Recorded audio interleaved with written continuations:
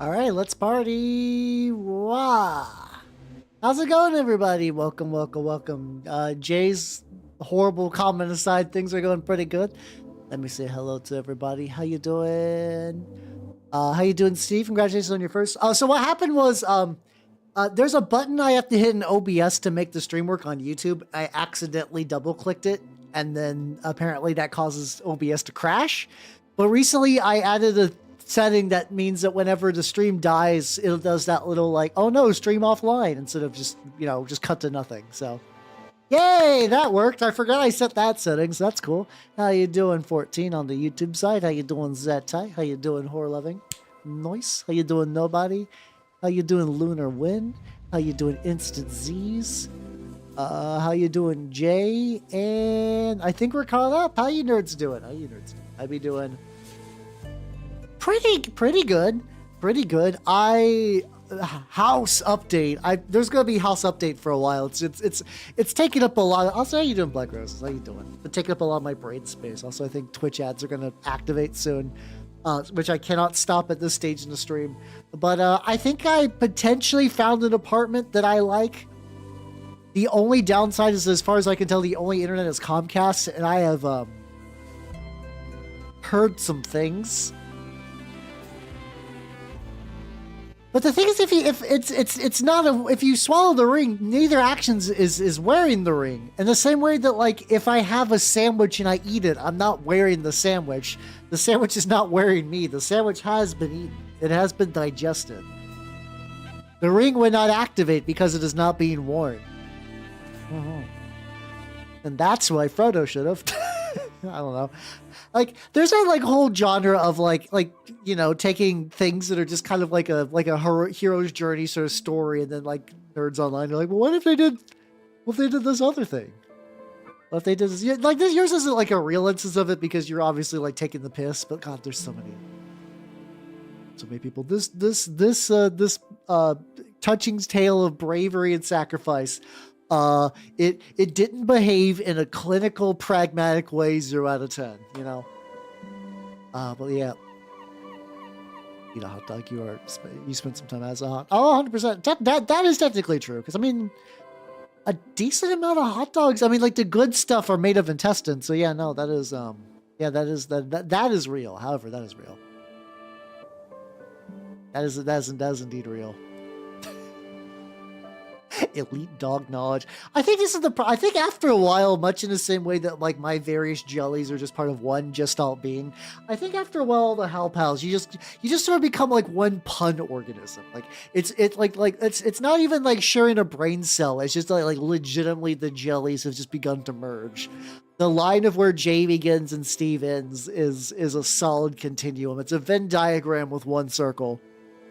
How you doing, Harry? How you doing? Fucking Chads, why they hate me? Why did they hate me so? How you doing? I can at least use this time to stretch and prepare for a game that I am very excited about. Which I won't get too in depth until I'm absolutely certain that the ads are gone, and then we can go from there.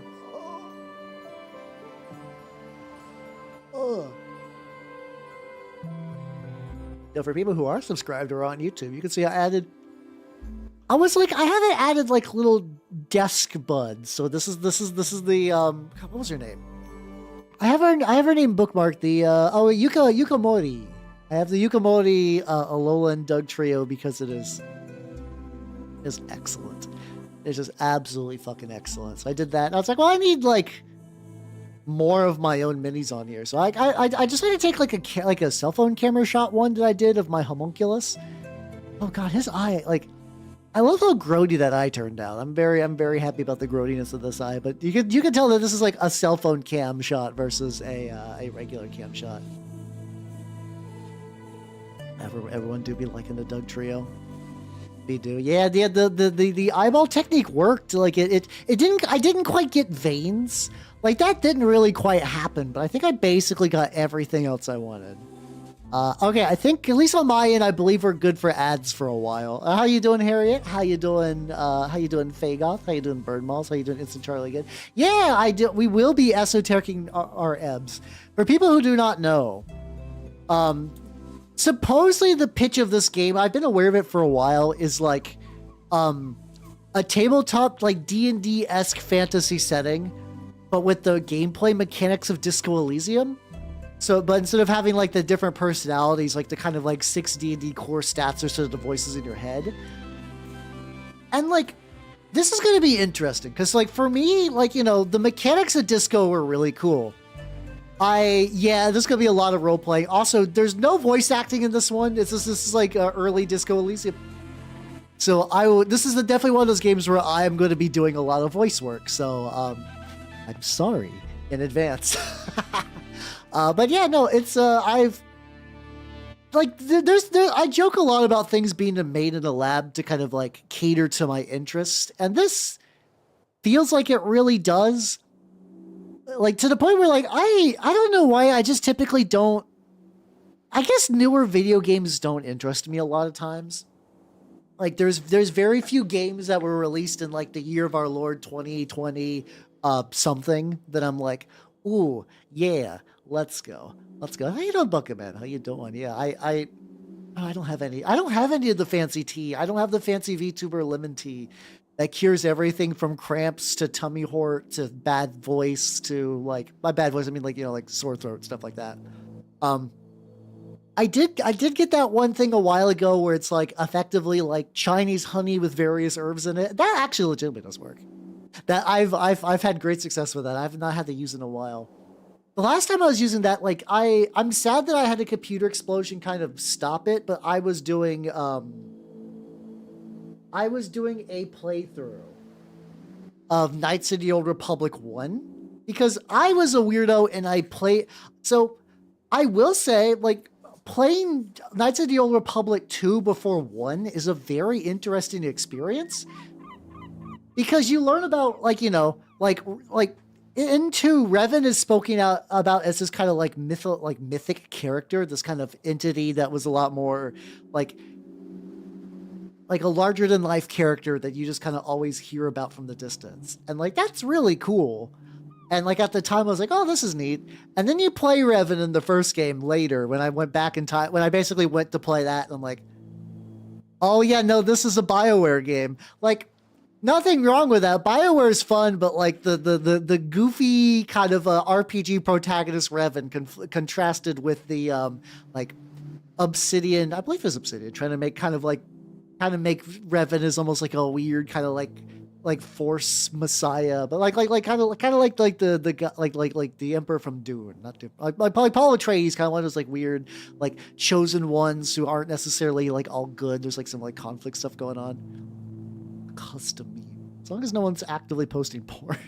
God, you fuckers. Oh yeah, no, that's about right. I'll put that on screen. But yeah, it's there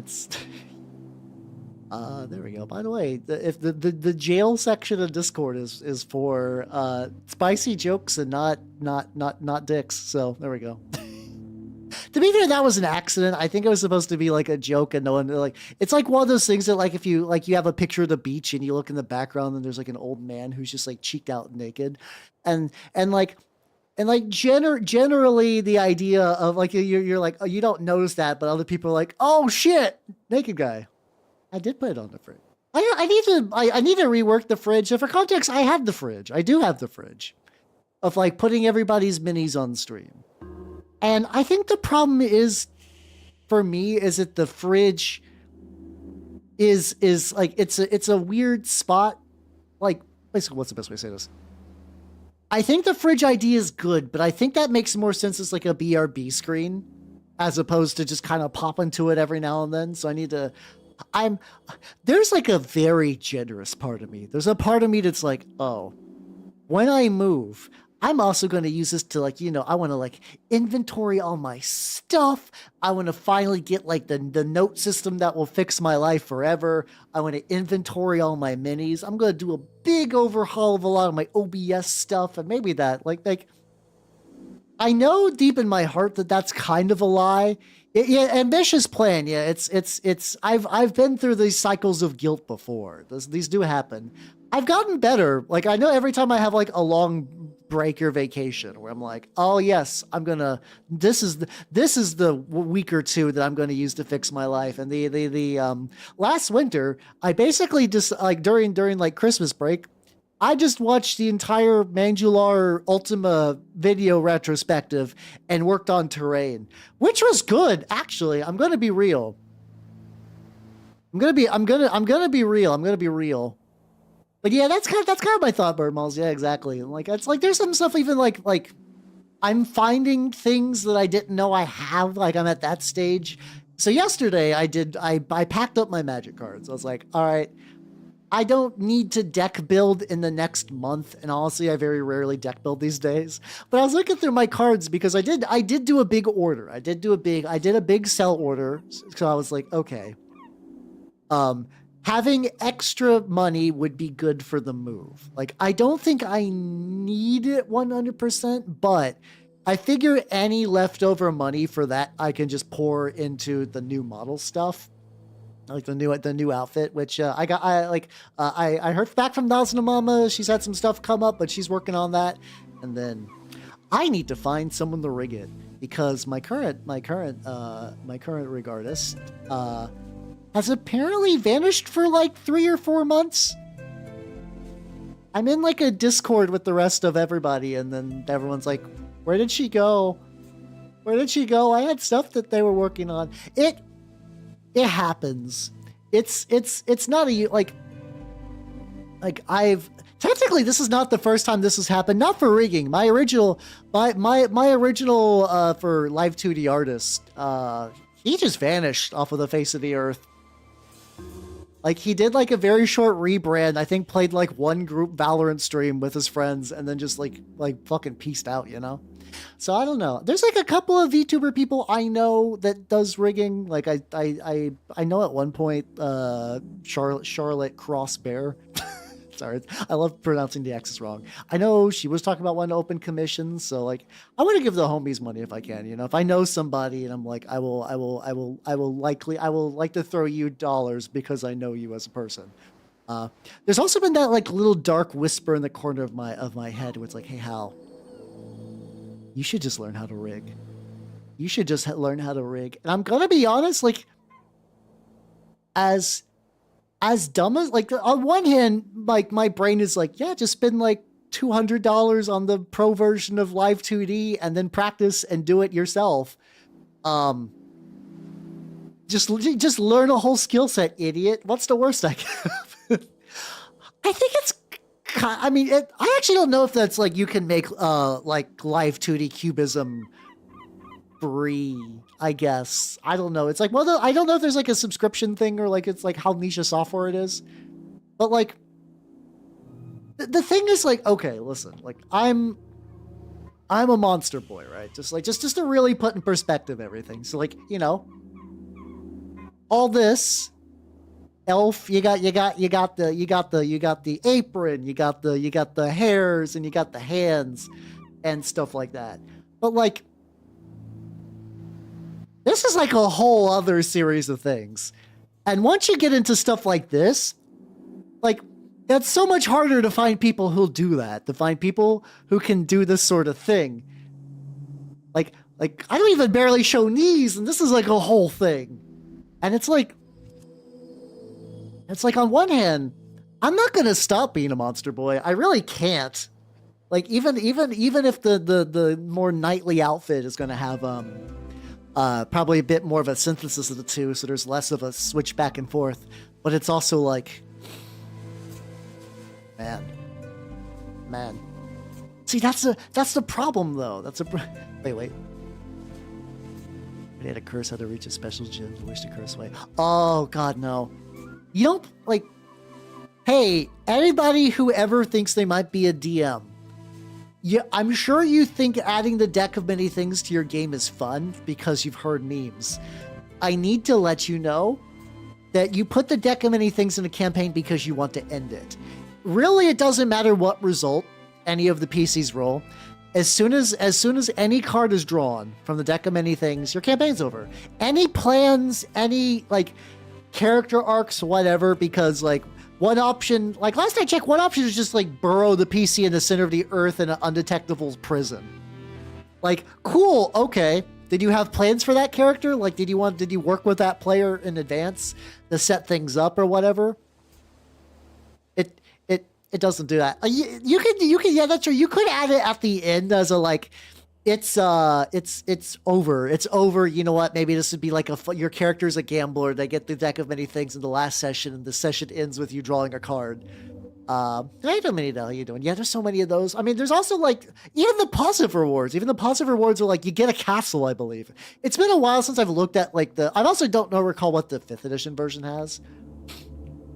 But like I remember vaguely off the top of my head the D20 version is like not particularly great. But they have like artifacts available. Magic items. It's been a while since I looked for artifacts on the SRD. Artifacts. There we go. The deck of many things. Okay. So like one of them, you're imprisoned. Let's see. Lose 10,000 experience points and you must draw again. Like straight up, like you are great. One of them is just this one is granted 1d4 wishes. That in itself could just fuck some shit up. Once just immediately lose all wealth and real property, one of your friends turns against you.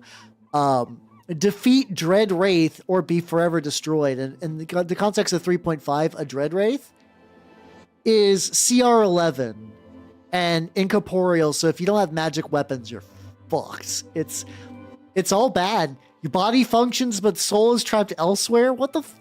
Like all these are bad. I'm pretty sure that the 5th edition version smoothed out a lot of the fuck you instantly die, but I don't think it's like that much. I don't think it's like that much better.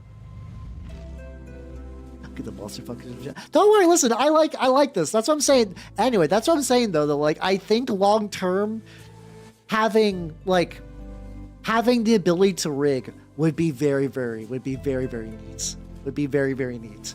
I think it'd be just a good skill set to have as an artist. I could do some funny things like try to like rig one of my miniatures maybe. Or like I got a pretty good rapport with Nazunamama. Like if I just wanted to like every now and then just pay for an outfit, if I could rig them, I could theoretically be like one of those VTubers that has like a new outfit a year. I don't know. It's something I've been thinking about. It's been learning live 2D is something I've been thinking about for sure. Not fucking though. Yeah, I'm gonna have rotting armor. Kinda. I think I showed you guys a little bit. I showed you guys I definitely showed you guys like what Penyo looks like from that. But yeah, I don't want to show too much yet because Nazunamama was basically like, hey, these are rough sketches I've done. I mean, they look great. They look great. But like I don't know if anything's final. I could probably do like one more as a treat. I could probably give you guys like a little treat. This is not going to be a lot of context. There we go. Yeah, okay, there we go. I can do this. This won't be a lot of context. Something like this. I think this is going to get reworked a little bit as well. Also straight up, I was like, can I have this? And she's like, I want to make sure that like the mouth still functions in the armor. And she straight up went like, not only do I agree with you, I've actually reworked your tongue to be better. But yeah, so like here's a little peek of like how the chest mouth can kind of work with the new setup. See, I thought you were doing a dramatic like peek, like you're being a little crafty about it. So yeah. This is still in the docket. 2026 has been one of the most years of all time, so I'm working my way through that. It will be real. Whether I have to find somebody or whatever. But yeah, I just gotta say, the whole reason it led to this is that like I needed to get rid of I was packing my magic cards. I sold a bunch. That's either going to be like the move will consume that money and so be it, or any that I have left over I can put into various model things, whether it is me learning live 2D or finding someone who'll do it. I don't know. Like I said, I know there's like a couple of people who do live 2D stuff. I love me a good chest mouth too. That's literally half the fun. Like, you know, it's like it'd be hard not to have that. It's my charm point. Technically it is, I guess. I don't know, like charm like I think arguably though, I'm going to be real. I think my charm point is Penyo. Like when new people come in and they gaze upon all this. I mean, you know, if I pop out the teeth, they're like, whoa. But like, if they look at me, they go, who's that little feller in your pocket? That is the people are into both for different reasons, true. But I think Peña's got that mass market appeal that activates neurons. How you doing, Huggy? How you doing? We're doing a little pre-stream yap before I start Eben my Esoteric my Eben. There we go. That works. But yeah. It is. It's been like Peña was sort of like the big shining feature of like my first move to live 2D. I still need to, but I don't. The channel pops off. Indeed. That's the thing though. That's the thing. I gotta make the pop off real. I gotta make the pop off. Really, I know deep in my heart the answer is I need to make more YouTube videos. But man, things keep happening that makes me stop doing those. Like. Small creature up to speed under menace. That's most VTubers. Most VTubers are like 5 foot and under, and they're filled with whimsy. I will say that is a fun thing about really like short VTubers though. As much as I like me a little guy mascot, you know, I like how itty bitty the Halbud is actually Halpal. I'm still switching to Halpal because I think the name is just better. I'm sorry. Halbud was like a first thought. Halpal is the refinement. Oh yeah, look at this little critter. Look at this critter. I find it funny when like a really small VTuber has like a gigantic mascot. Like one of those ones where it's like, yeah, like I'm small. My mascot is like a 6'7" like muscle beast or like monster or whatever. I always think those are kind of cool. Like as like a just kind of like a bit of variety. Like it's not like it wouldn't make sense for me to have a giant mascot because I'm already a big monster lad. But it's like, yeah, I like that inversion, you know. Okay. So 5e basically still has the like fuck you, you're dead thing. Yeah, that's true. Like I can't believe I wish the internet didn't ruin my brain because I saw the reading order on screen saw Daddy Dynamic first, and I was like, I guess people are intent on the internet. Oh no, you meant fucking like from Bioshock. Okay, yeah, no, that makes no sense. I can kind of see that. Maybe it's like you're thinking like a Pokemon evolution where it's like Halbud is like the little baby form, Halpal is like the second state of evolution, and I don't know what the final one would be. Halmigo? I don't know. How bestie maybe? I don't know. We how bestie kind of works actually. I think because how bro would also work too actually. It has to have like something. So you got how bud, how pal, and how bro. There we go. That's a lot of nuts. Sorry. Once again, you're typing things for where I read one part of it and activates a different thing. Like the size. I don't see too many mech mascots. That sounds great. That is very, very legit. Yeah, I understand. How you doing, Matthew? How you doing? Like I understand the allure of the deck of many things. I know that back in the day, like I think a lot of it just comes with the idea that like when your character is not a big deal and like it's really is. I keep running into this also. Hold on. 1, 2. Hold on. I'm fucking up. 1, 2, 3. There we go. Supremely noise. I keep running into the issue of people who do really neat, creative, esoteric mini things in like the miniature wargaming realm, but then they talk about like when they want to do like tabletop RPGs, and they're really married to like really, really old school D&D. And there's nothing wrong with that necessarily, but it's like these are people that I think could do so much more, but they just seem like no. They like the idea of it, but then like an example I saw today. I won't name any like names or whatever. This isn't like a big deal. But like this person was like, I keep having troubles with like encounters. And then the person is just like, I only do random encounters. And now if I describe literally anything, my players get paranoid and then get into like, you know, like overly prepared reflex mode. And like my entire thought when I'm listening to this, it's like, yeah, you have trained them to think that like anytime anything shows up, it's bad. and the solution was to make a very more elaborate random encounter deck. And my thought is like there's I think you could do really well in other TRPGs. It's it's it's just so interesting because it blows my mind that I keep running into this dichotomy. Like people in the sphere of like, yeah, I do like weird freak shit menus, and I don't let any game company tell me what to do. I'll give my space marines tits. I'll give my orcs a PhD. I don't give a fuck. Like these kind of people. But then whenever like the idea of sitting down with their buds to play a TRPG, it's it's just fucking 3d6 down the line old school D&D, and I'm like, why?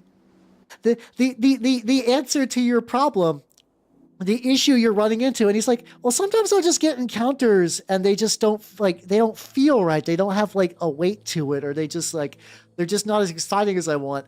And like I don't want to say anything here because also like unfortunately, this happens sometimes if people like you online where they'll say anything you do is really cool, and it's nice. It is nice, but also it's like it's hard for feedback stuff. But my whole thought process is just like I think you're stumbling upon the fact that you just don't jive very well with random encounters. That you like having like some sort of like depth and whatever. It's arguably even at this point, it's not even not playing D&D. It's the idea that like you can have like a cohesive build. You can plan in advance.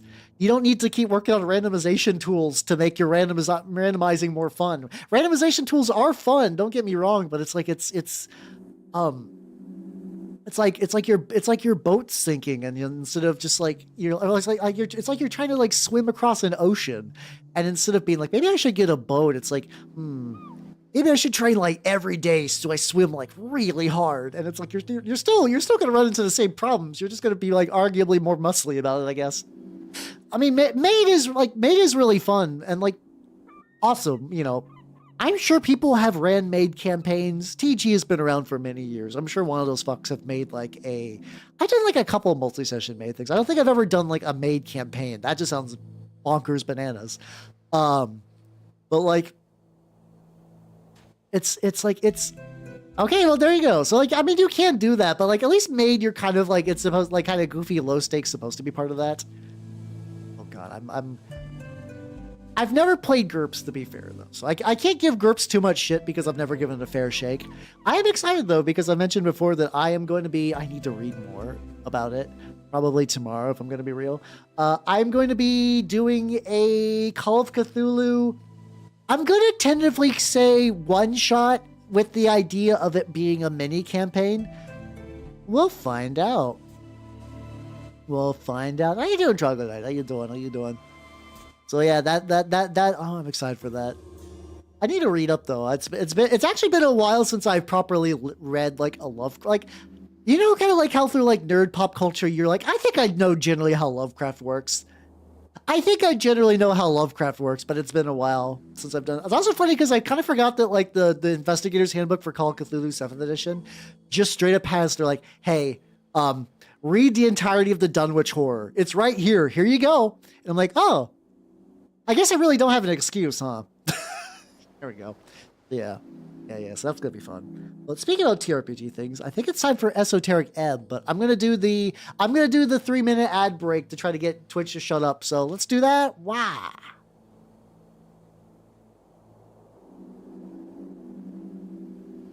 Oh fuck! Hold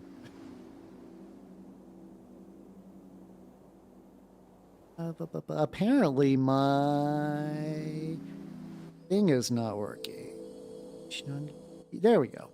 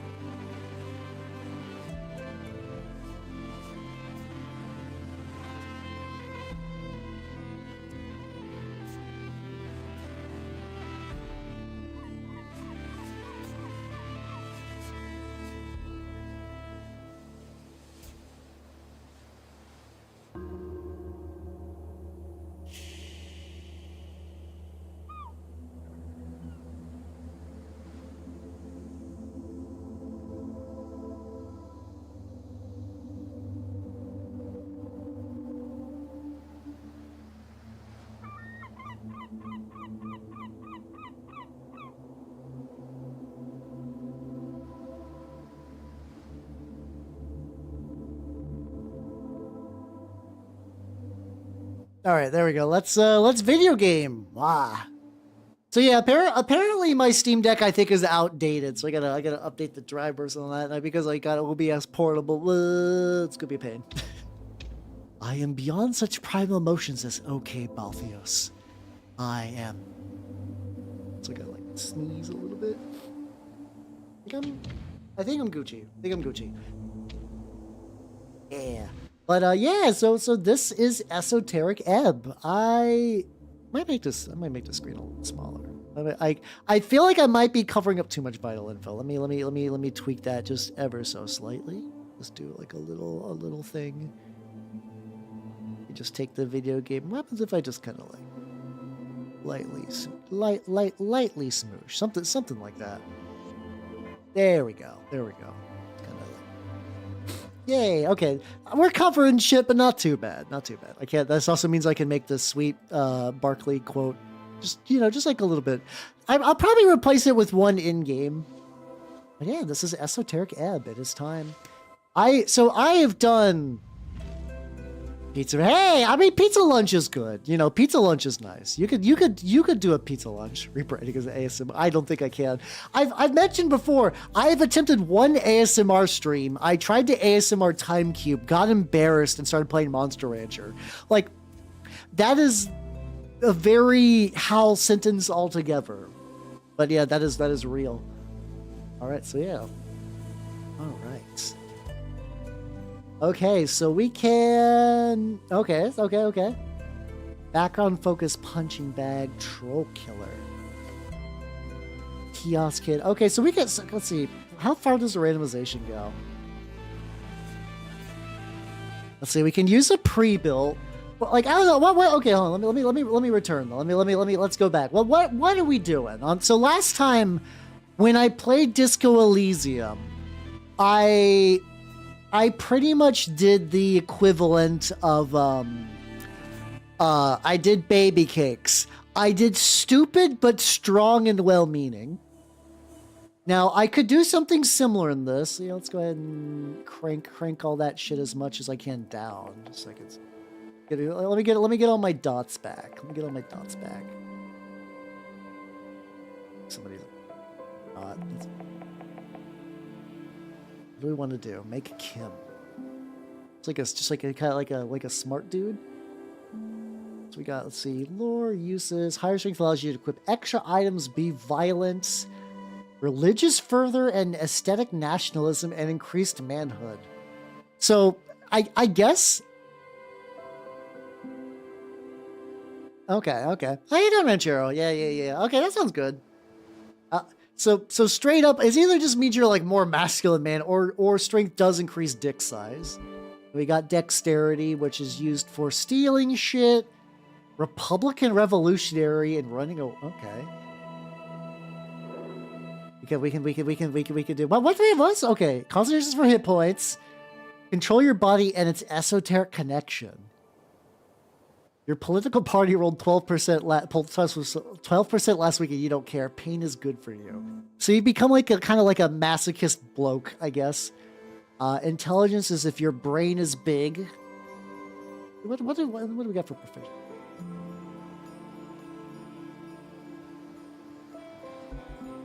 Oh, there we go. Okay, so we can level our stats, but then also gain 2 proficiencies and stats. Okay. Then we also got lore enthusiast, crowd pleaser, little weirdo. I do like little weirdo. Definitely has a thing. Again, activist, Earth Guard recruit. Oh god, there's so many options. There's actually more. I was curious how they were going to do everything. I'm curious how they're going to do everything. You know, I guess what we could do... I do have dice. You know what? Fuck it. Hold on. I'm gonna go grab some D6s. And, like, we won't, like, you know, it's not gonna... This is a point-buy system. It's not gonna actually let me roll anything. But... Yeah, let's do effectively 46, and then, you know... this is gonna take me, like, a second. Hold on.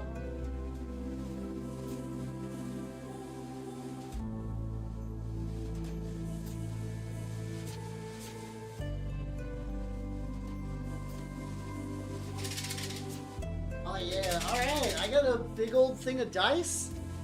I figured what I'll do is I'm just gonna I'll do 46, drop lowest, because I have taste. And then basically I'm just gonna try to hit similar ratios. Let's see. There we go. Dex, Con, Int, Wiz, Charisma. There we go. So I'll do this as like the general template, and then from there we can find like a background that matches sort of that idea and whatnot. Maybe. I actually don't know if the backgrounds do anything or if they just kind of give you like, oh, you'll get some stats. Maybe. 3d6 in order. I guess that's probably gonna give me closer to what the actual game is. You know, fucking alright. Let's do. Oh, let me do a quick thing. I need to do an outline because I would like for you guys to actually see this, and set the outline size to 20. And then let me actually make it so that these fit on screen. All right, you got okay? Just so you guys get that little noise. I do got dice. Dice are real. All right, here we go. So for strength, I rolled a 6, off to a strong start. I'm just doing 36 down the line. I guess it really doesn't matter in this instance. There we go. Yeah, the funky little math rocks. For Dex, I got 12. I might be going Dick-Ass Thief in this one. Dick-Ass Thief does seem very likely. All right. Ooh, actually, hold on. We also got 12 for Constitution. That might be kind of fun, actually. That could be an interesting combo. Int is solid 11. Oh my god, actually, what the fuck? I'm rolling really well for like 3d6 drop lowest. And then, let's see, roll for wisdom. What? I'm actually kind of upset, I'm not gonna lie. These are really good stats in a vacuum. All right. And then for charisma, I rolled 14. You know what? Okay. Not 14. Yeah, no, 14, I can count. There we go. So here's what I rolled. And let's extrapolate from there. Let's go Dex. How about we do like a background that feels like a kind of weirdo. Let's see if we can find a dexterity charisma. There we go. Kiosk kid. There we go. Your mom wasn't around a lot, so to keep you out of trouble, she forced you to get a post-school job. You despise the smell of newspapers. Yeah, we'll do that. Let's go. We'll put charisma. And dexterity is our proficiencies. And extra, read all about it. Shit's fucked up in the city. All right, so let's see. We go to the idea. Let's be a little dumb and a little not wise. Which we can put some more points. There we go. Oh, okay. So this is not using like the third edition onwards modifiers, because a plus. Let's see. There we go. Well, it gives us a +4. Okay, 14 gives us a +4. Oh, then I could do a solid +1. All right, there we go. Strength 12. So you know this kind of roughly maps to what I ended up with. Strength 12. Actually, no, that's not true. My strength was shit, but whatever. It's all bullshit anyway. Strength 12, dexterity 14, con 10. I guess I could even I could tank strength to be a little bit more con. That's probably fine. Yeah, there we go. Okay. This is, especially if we find, so this is the thing. If this is like Disco Elysium, so I don't know how combat's gonna work if it is just like a random die check when you're talking. And then that's just kind of how it goes. Well, we'll find out though. If I make this game unfinishable, so be it. All right, let's 5 days into the first ever election. Oh, is this a good idea? An explosion erupts at the heart of the city. No one wants to deal with it, so they send you. An idiot cleric. Yet quick and nimble, ready to get the job done. Complete your quests in any order. Don't be afraid to make interesting choices, and remember to get a ton of loot. So is this like a fantasy setting that just is given democracy a go? We'll play for about 5 to 8 sessions. Okay. It's been a journey to put this together. I hope you have a good time. Chris, and if you ever feel lost in the lore, just keep in mind, you've got 8 inch. Okay. That is straight up the formatting from 5th edition. Oh, this is good. Okay, that's a little... Let's see. All right. All right. So that's kind of fun. Because I'm stupid, my character won't really know the politics of the setting, which is fine.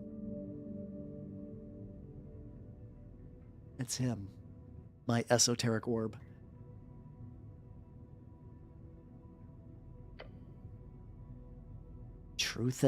Truth and nothing else, a voice declares. What is your name? Intelligence 8. Success, Ragan. Your name is Ragan. Ragan my ball. Oh god, I gotta do voices so intelligence like, oh Ragan, your name is Ragan. Ragan, is that it? There we go. We got to do. Okay, I'm gonna do something I've never done before. I'm gonna have a guide. So I'm gonna do strength, dex, con, will, int, and charisma. And then I got so for int I gotta do smart voice. And then for dexterity I need to do shitty Brooklyn.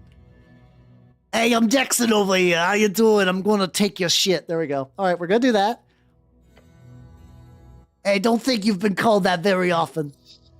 What do I want to do for charisma? Okay, we are doing D20 success rolls as well, so that's interesting. It's tricky too, because so like Disco Elysium was D6 with a very small modifier. But D20s are really swingy. Assuming these are D20s, I don't see why they wouldn't be. Can I hover over to success?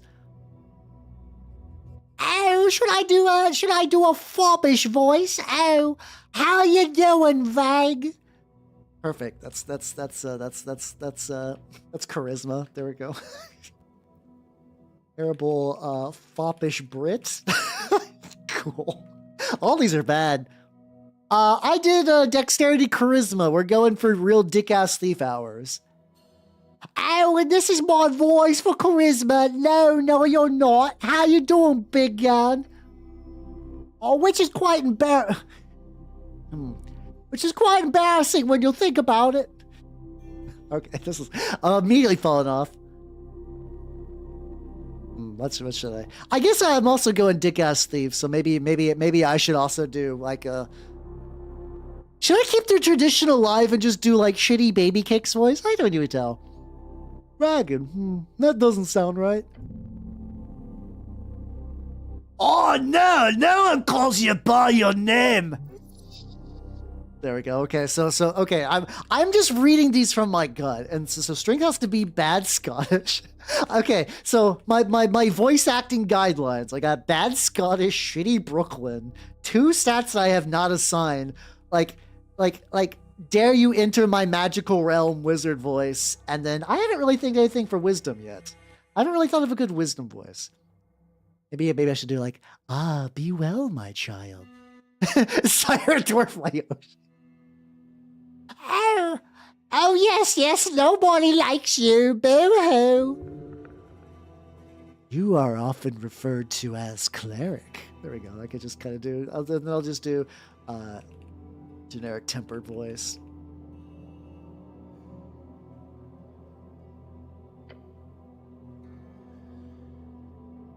God, what the fuck? No, the problem is it's like, oh see, no, the problem is that terrible foppish British and dare you into my magical realm is too close. I need to keep that for smart voice. I'll have to think of a better one for charisma. I'll have to think of a better one for charisma. Yes, speak it. Dragon. Correct. Your answer. Another question from the darkness. What is your occupation? To seek the Holy Grail. Ah, yes. What is this? An interrogation? There we go. I could do small me. That's a bit different from magical realms. Small me. Yes. Yes. Oh God, yeah. I've also learned about the Afro-Man trials stuff in is wild for people who do it. How you doing, Noodles? What are you doing? I will fully admit that I don't really regularly keep up with Afro-Man, but based on my understanding over the last 2 days, about 3 years ago, the police sort of like unlawfully entered his house. He took the security cam footage and made an entire album making fun of them. I've only heard one song from that album, and that's about lemon. I heard Lemon Pound Cake legitimately today.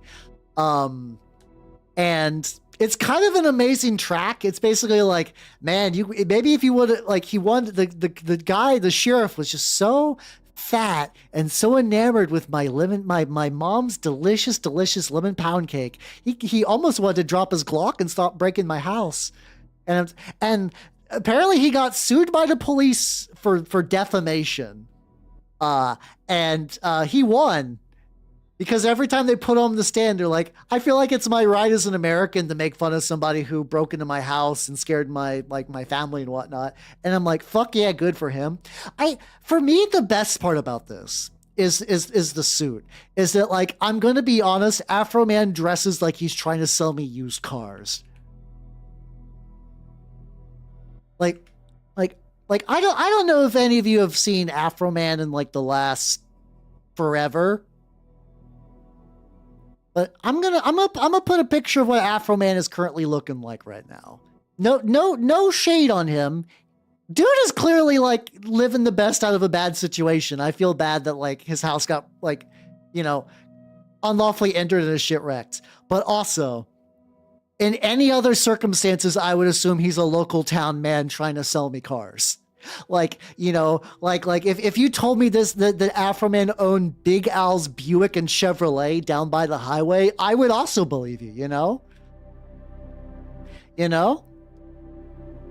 Yeah, or public access television, yeah. So like I'm glad he won because like all of it, like the little bit of the testimony I saw was legit. If somebody broke into my house and like ruined my shit and didn't have like any real reason to be there, and I had the security footage, I would absolutely make fun of them. No, 100%. He was well within his rights for freedom of speech, and the situation was shitty. That's the thing too. Like, I think it's a good victory for like freedom of speech, from what I understand. But also, like, I have not seen a lot of the footage, but in Lemon Pound Cake, they fucking kick his door down. Like, come on, dude. And there's no way they paid for it. There's no way they paid for that shit. Also, I'm not going to lie, the lemon pound cake that his mama made did look really good. It looked really good. It's also interesting because that video is like 3 years old. And I guess in the meantime, either he Afro-Man's older, time comes for us all. In that video, his afro is like way patchier and grayer, but like either he got himself like an afro transplant, or this case has just like entirely like reinvigorated him, and his afro is now beautiful and round. Like, look at this is Afro-Man. He's got a perfectly beautiful round afro.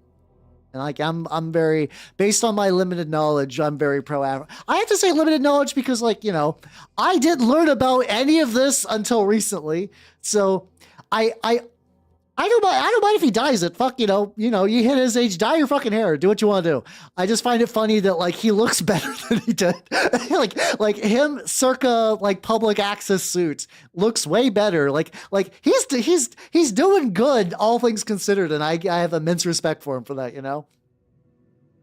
Yeah, that's fucked up. Don't take $5,000 of someone's money. Don't break someone's door. Like, I'm glad he won, and I don't feel like, cause like it's funny because like there was like sorry, we're getting on this little tangent. That's fine.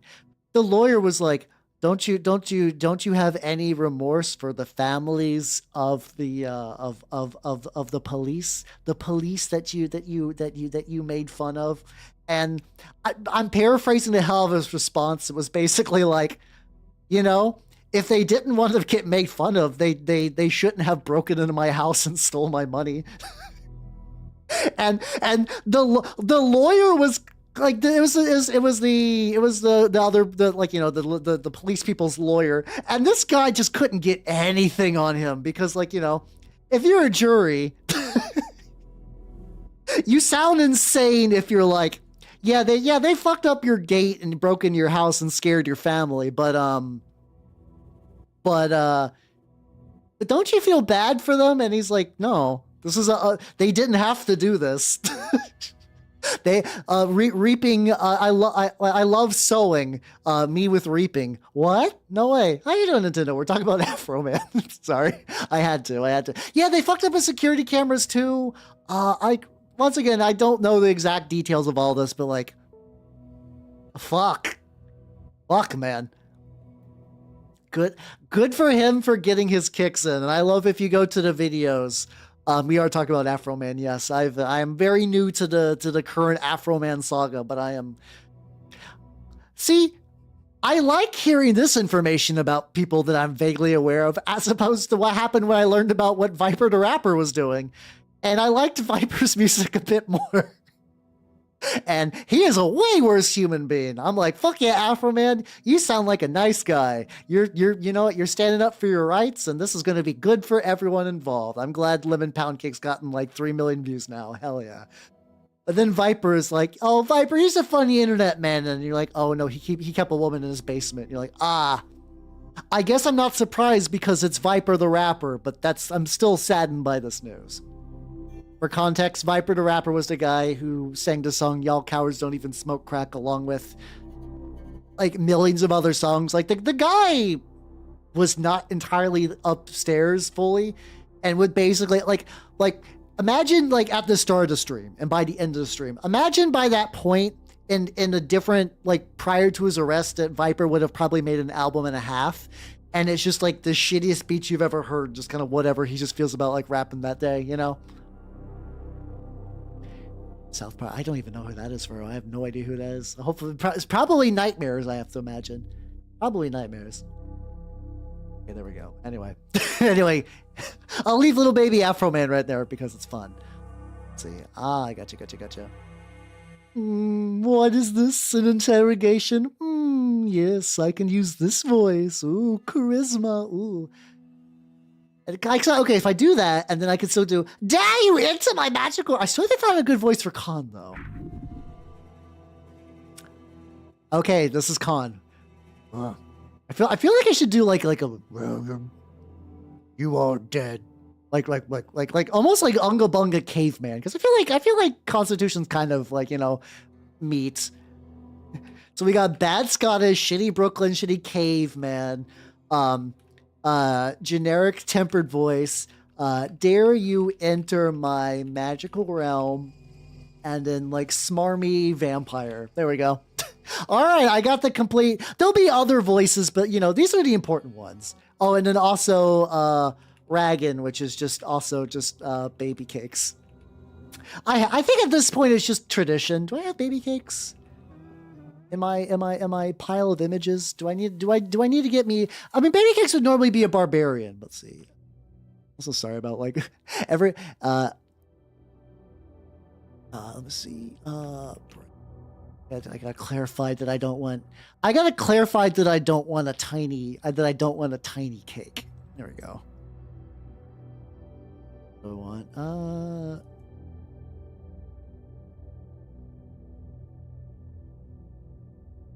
Oh, this feels pretty good.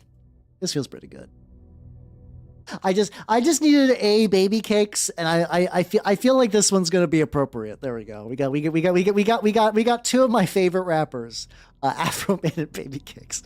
No, that's not true. I think Afro Man's fine. You know, as far as listen, as someone who is me, I only really know because I got high, and I needed to be reminded that was by Afro Man. I've heard that song for years, but that's like one of those that's just like, you know, it's just a song that exists out there in the world. I could, but I don't know. I feel like talking like baby cakes just kind of feels good when I play a Disco Elysium-like game.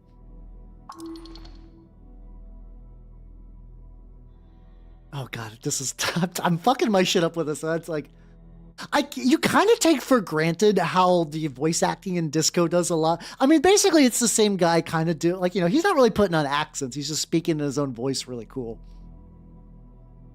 It's hey, dead, how could you be dead? You're thinking, aren't you? Dead does not mean gone. What, are you a fucking poet? Yeah, well, hey, what's an occupation in this context? This is for sure about your job. You know the job. Your class. Tell the voice about your class. Class? What class am I?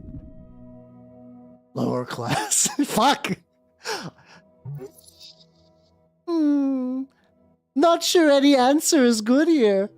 Just go with whatever works in the moment. Hey, you're a high-class scoundrel, the best of the best. Yeah, I'm a sneaky little rogue. I know, chat. This is, so far it's really cool, but I've been taking a detour to talk about Afro Man, so I'm just kind of going on this. Aha, class conflict. Oh no. Hey, you're dashing one about that, at that. It takes a while before the next question is posed. What is your current goal? No, what is your current goal? Hey, goal, would be nice to get out of this dark pit for one. The Goblin Chieftain, she needs you. I mean, depending on the type of goblin, yeah, the feeling might be neutral, you know, we'll find out. Why all these questions? This fellow wants something. No idea what, though. You should probably lie. Tell him you're collecting taxes or something. That would be fun. That'd be fine. Yeah. I am a tithe collector. Yes, that should scare him. No reply. No feedback. Then the police asks, what is your political affiliation? This is really out front, just like, fuck it, name everything right now, right now. Here you go. The question strikes your entire consciousness, sending it spinning. It is the Asgalis. Yes, they are decent, possibly. We've moved beyond the bounds of dictators. We are free to make our own choices thanks to revolutionary freestriders. Elections are exhausting. I feel you, buddy. I feel you. Oh, it hides in the back of your skull a fact that you're bound to be a nationalist. And it frightens you, the pressure. I don't know any of these words. Don't worry, it doesn't matter. Just say whatever you think will be the most useful to you. And I think you know exactly what that is. The freestriders feel like they're going to be kind of thiefy. We'll go with that. Strength. I mean, legitimately, Furrow, in the opening, they're like, strength is the stat of manhood. So I think legitimately the boner symbolism of strength is very intentional, not an accident, for reals. Yeah, I'll be a freestrider. Hey, peace, prosperity, and fraternity. We're going to be rich. The voice is fading. This is the end. The final question. How did you die? Drowning in the river. Now's your chance. Hey, now's your chance. Break free. There we go. Yeah. I'm not dead. Hey, I am not dead. I'm alive. We'll find out. We'll find out. I'm just gonna kind of do this as it feels right, you know? A game by Christopher Bodegard. Bodegard?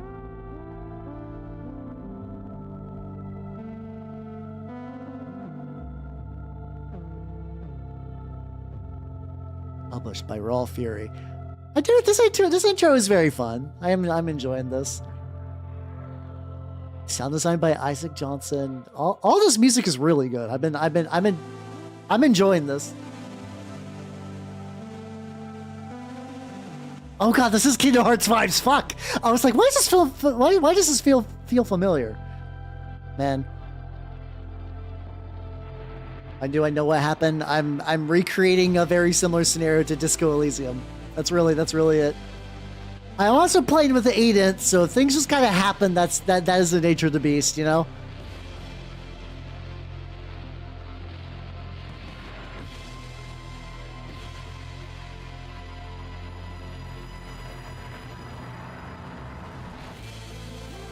Yeah, I know it's like aping a lot of the ideas of D&D, which is fine, you know? When you walk away. Oh yeah, they straight up had like 5th edition formatting for their Speak with Dead spell earlier. So yeah, it's gonna be like that. Oh shit, yeah, lobsters, let's go. That's a lot of fucking apples. Why are there so many fucking apples?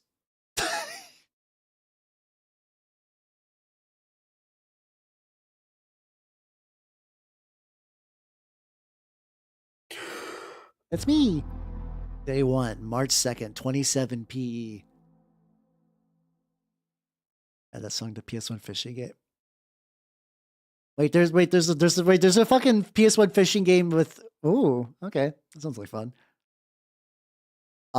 I'm gonna be honest, Rancho. I'm so divorced from what Hasbro is doing for anything D&D related. I have no idea. I conceptually at a very fundamental like D&D, but D&D for the last 10 years has not really been to my interest. So I'm almost entirely checked out. Like I even dropped out of a game I was playing with some friends that was D&D 5e, the Sunday game, because I just wasn't feeling. Also, I just don't think I was a good fit for that group. And it's gave me some more free time to work on shit, which has been nice. A fresh start. Your body aches. It's stiff, as if you slept for days. Hey, don't sleep in the armor, dumbass. Oh, get ready for your glorious quest to continue.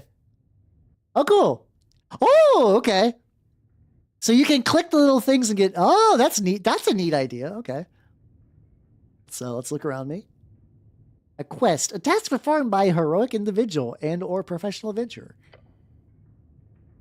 A circular stone chamber, a storage for apples and corpses. You shouldn't put both those together, unless you're trying to make a wine out of both, I guess.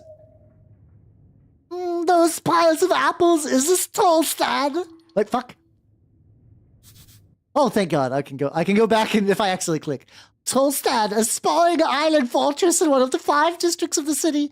It sits in the middle of the River Torna, home of Jaws Pillar, a sprawling tunnel network, and a water lane. The greatest train hub in Ascari. You want to... Okay, there we go. We can go further.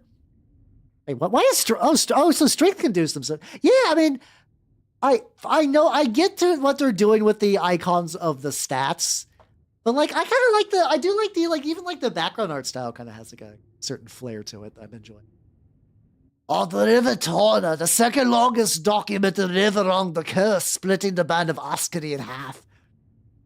Ascan, one of the 8 bands along the coast, it is a cold mountainous realm and is your home. It is also referred to as Ascani. We're like 8 levels deep. We're like so many levels deep in knowledge checks. Oh, get the fuck... No, sorry, wrong verse. Hey, get the fuck out of here now. Oh, yeah, they say fuck. Hell yeah. All right, let's check my stuff. What stuff? Your hands dart around your pouch in uniform. Panic. Sweat.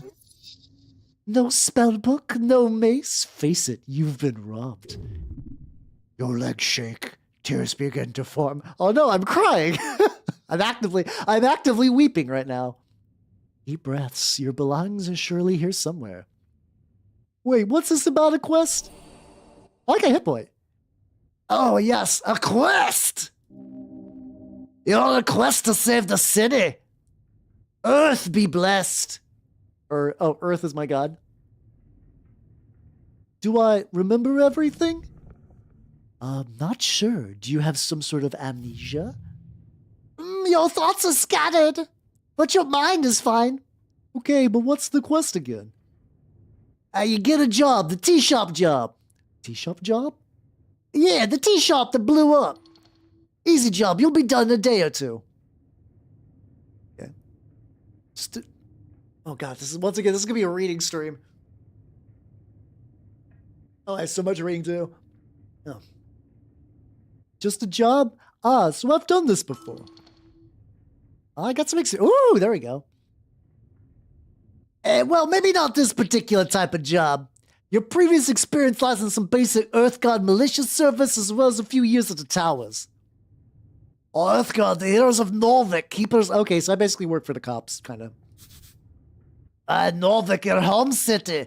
Founded on your god towards the end of the coast. Oh, god, okay. Okay, so gods are actively doing shit around here.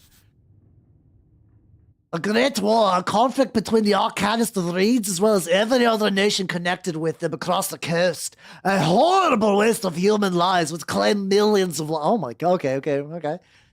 There is no honor in this fighting, that you know. The quests, I like those. Hey, I keep getting EXP, which is nice. I don't know how much it's going to take. Oh, good attitude. There's always more around the corner, so look out. Don't wait to miss any. Wait, how much time do I have? To the election, duh. Which is in 6 days. It's not. What the hell? It's in 5 days.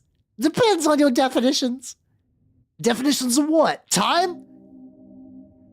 Oh, the patriarch was very clear. Handle the tea shop before election day.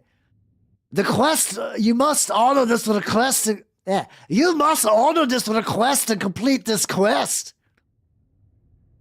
Okay, time only advances when you make new dialogues. Okay. Oh, my HP is also fucked up too. Okay, so I'm actually healing HP while I do this.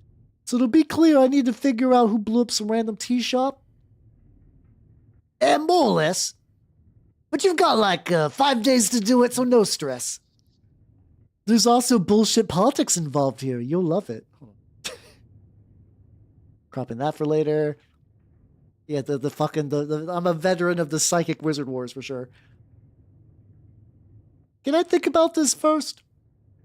Time is limited. It's just a lot to... Oh, okay. Oh, God, it's 1d4 damage. Oh, boy, okay.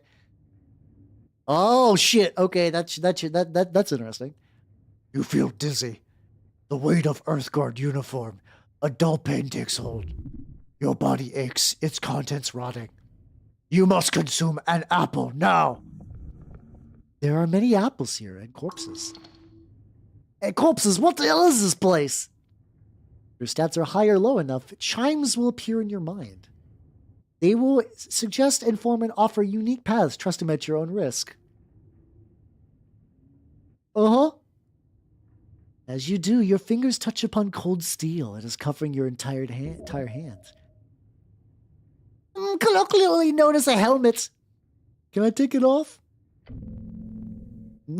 No. No! Hey, I wouldn't do that. Oh, okay, there we go. Asking power crunch you got. Hey, I don't even got the sharp stick. Okay, so I wonder, like, you know, in the way that I'm good, guys, sorry in advance, I'm gonna be comparing this to Disco Elysium a lot, and like I think that's fair. I imagine this is the game's equivalent of like Harry's mustache, where like you can shave it, but you have to have like a lot of stats to do so. Also, I've seen it. I have seen spoilers of what that looks like. It's really sad. Clean shaven Harry is an unfortunate looking man. Very, very, very tragic. Not a good idea. Not yet. Can't wait until you do. Okay, thank you. I need a save because it's been a hot fucking minute. Main save. Oh, so okay, so yeah, because yeah, oh yeah, I think that's what I saw. It's like no expression, shaved, and he looks so sad. I can behold. An apple looks better than the ones in the pile. I can trifle. Apple. Hey, there we go. This isn't yours, is it? Well, I'm gonna play a dick-ass thief, so I'm basically gonna steal everything. +1 dexterity, -1 charisma. Ooh, hold on. The cloak is sprawled upon the iron slab. As you grab it, you immediately feel the dampness spreading into your gloves. Oh! An Earthgod cloak added. It has been ripped to shreds at the base, but you can still use it. Please don't. This is disgusting. That's weight in your hands. It's heavy. Should I wring out the water? Nah, we don't need to wring out the water. Should I wear this? No.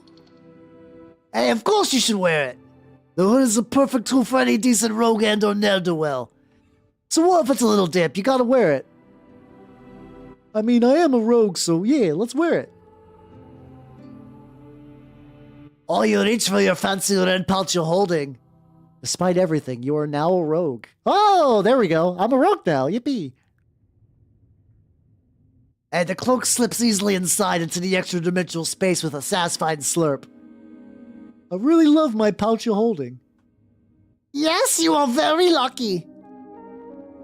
Oh, of course, you don't really earn this pouch you're holding. It is property of the state, treated as such. Hey, shut up, it's yours. You can do whatever you want with it. Now go put on your cloak and rob some people, reallocate some resources. Alright, well, there we go. I got it, right? Hey, hold on.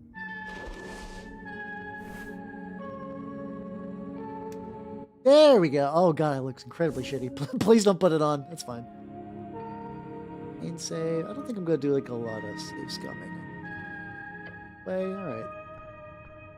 See, so... Oh! Weird! Okay, so I can actually do... like, full-on keyboard movement. It's a corpse under a blanket. Engage with it. You stare at a blue rag. It's draped over the outline of someone.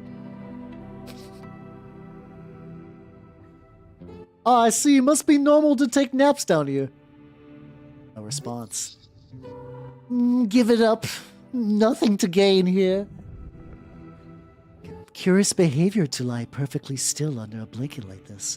Perhaps he requires assistance. Hey, let's check under the rag. Why not? Underneath, you find the cold corpse of a human. Oh, cool. I learned what humans are. Human, tall and beautiful like yourself. That's fucked up. As an elf, I find this very fucked up. Known as the pest of the coast by those who are less inclined to reproduce like rap. Oh, so this is one of those universes where they acknowledge that humans like to fuck. Elves don't like to fuck. Dwarves don't like to fuck. Halflings don't like to fuck. Goblins really like to fuck, but they also kill each other a lot. Humans love... Okay, goblins like to fuck. Humans like to have sex. Yeah, that tracks. Okay. And he was alive once. Yes, this guy looks fresh, like he could just sit up and talk to you. Okay, we got a DC. Yay, we can take it. Let's take a look. What the fuck? Alright, so my very first roll in the game is a natural 20, okay. I'm sure it'll be fine. I'm sure I won't die horribly. It'll be cool. There's something strange here. This is no gentle repose. Look close, but do not move the corpse. Signs of him being either a hard worker or a careless worker litter his skin. Cause of death appears to be not directly visible. No blood trauma either.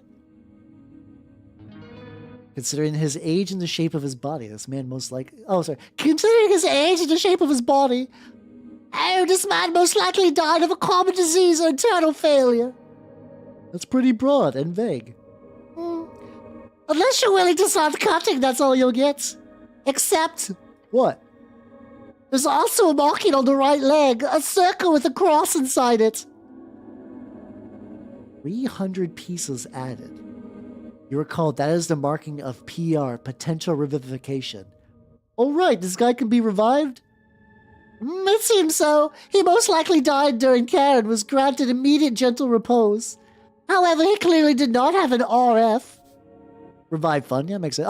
So they're straight up doing like fucking. So you doing, Lana? How you doing? How you doing? They're doing like fucking like cyberpunk style like reviving services, but for fantasy. Okay.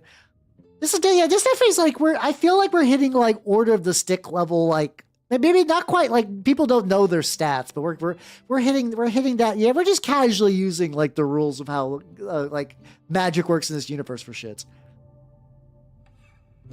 Okay, so this guy was set to revive, but he also just didn't have a lot of money. Okay. Or perhaps he was just an unlikable fellow, who knows? Fair enough. Okay. So I could cast Revivify on this guy? Potentially, yes. It's okay to loot him, right? Yeah, why not? In fact, loot everything. Okay. Not like the guy who complained, but don't go around talking about it too loud, okay? I'd be dishonorable. Only take what you need for your quest. Yeah, well, you know. Cool. We did a little trifling. We did a little trifling. Also need to eat many an apple. Divine shrine covered in apples. So this is probably like a religious reason there's a bunch of apples. Okay. The runes fill your senses as you approach. Oh, the color is faded. This monument is hollow, void of all life and divinity. And worse, it's covered with rotten apples. Are these rare? No, you will find shrines like this all over Norvik. These old things still around, huh? A remnant of blindness and decay. Hey, hard to let go of old national pride. Yeah, there we go. The shrine towers over you. You feel small. Cast spells, you must first prepare them at shrines. Oh. Oh, wait, can I heal you through divine assurance or something? Yes? Possibly. The gods are kind to you. I'm sure this won't backfire whatsoever. You focus your mind on Earth's symbol, his red eye. You recite a few words of remembrance before you sense the channeled strings around the shrine. They converge upon you. Hey! Hey, I did get some HP. Nice. Oh, well, that's something. Sure is, but you sense there's something you've missed. What were these words, the ones you learned at the towers? At the tower... Oh, God, there's a lot of shit going on. Hey, the tower... Wrong voice, goddammit. The towers, the home base of the Order of Arcane Clerics of Norvik, also known as the Ocan. Oh, God. Cleric, a servant of a god, deeply devout. Okay, very, very typical god stuff. Yeah, we could take some apple. Oh, there we go. Oh, I want to take the apples. That's fine. Oh, it does not take long for you to move some of them nasty apples away from the shrine. You know, there we go. I can... Well, I accidentally misclicked. Okay, so I can prepare spells. Okay. I can do messy. I can't switch scenes, but I can still do everything around that. Okay, well, I got Cure Wounds, and that's really about it, so sure, why not? Well, that's cool, so you can still do some...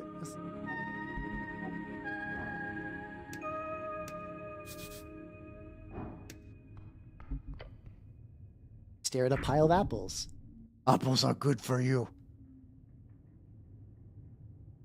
Could I eat my way through this pile of apples? Oh, you're not capable of carrying such a tremendous burden. It would be greatly beneficial. Hey, don't waste your time here. At the very least, don't eat the less fresh ones.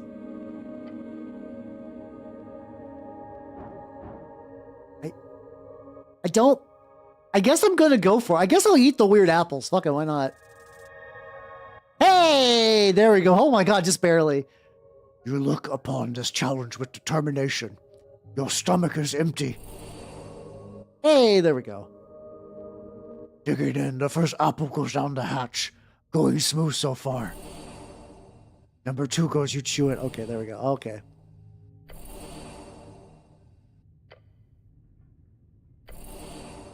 This is the limit. As you chow down on the apple, you feel your jaw ache and your hand shake. Hey, there we go. I apple overdosed. No such thing, come on. You feel refreshed for a moment at least. A pile of apples towers over you. You've barely made a dent. Yeah, so why do you do this again? Yes, eat the apple boy. That's what I'm going to say for later. I feel sick. As you feel sick, you see something sticking out of the pile of apples. A piece of paper. Oh, I actually get the scroll then. Hell yeah, let's go. No. Need item. Hey, it's a scroll spell. Okay. Spell scroll. Hey, lucky bastard, doesn't worth a fortune, relatively speaking. Yeah, the scroll is just for a simple cantrip. Oh, well. Oh, cool. Some people at the towers used to feel your innate power to master magic like that, which is understandable. It's pretty terrifying. Hey, there we go.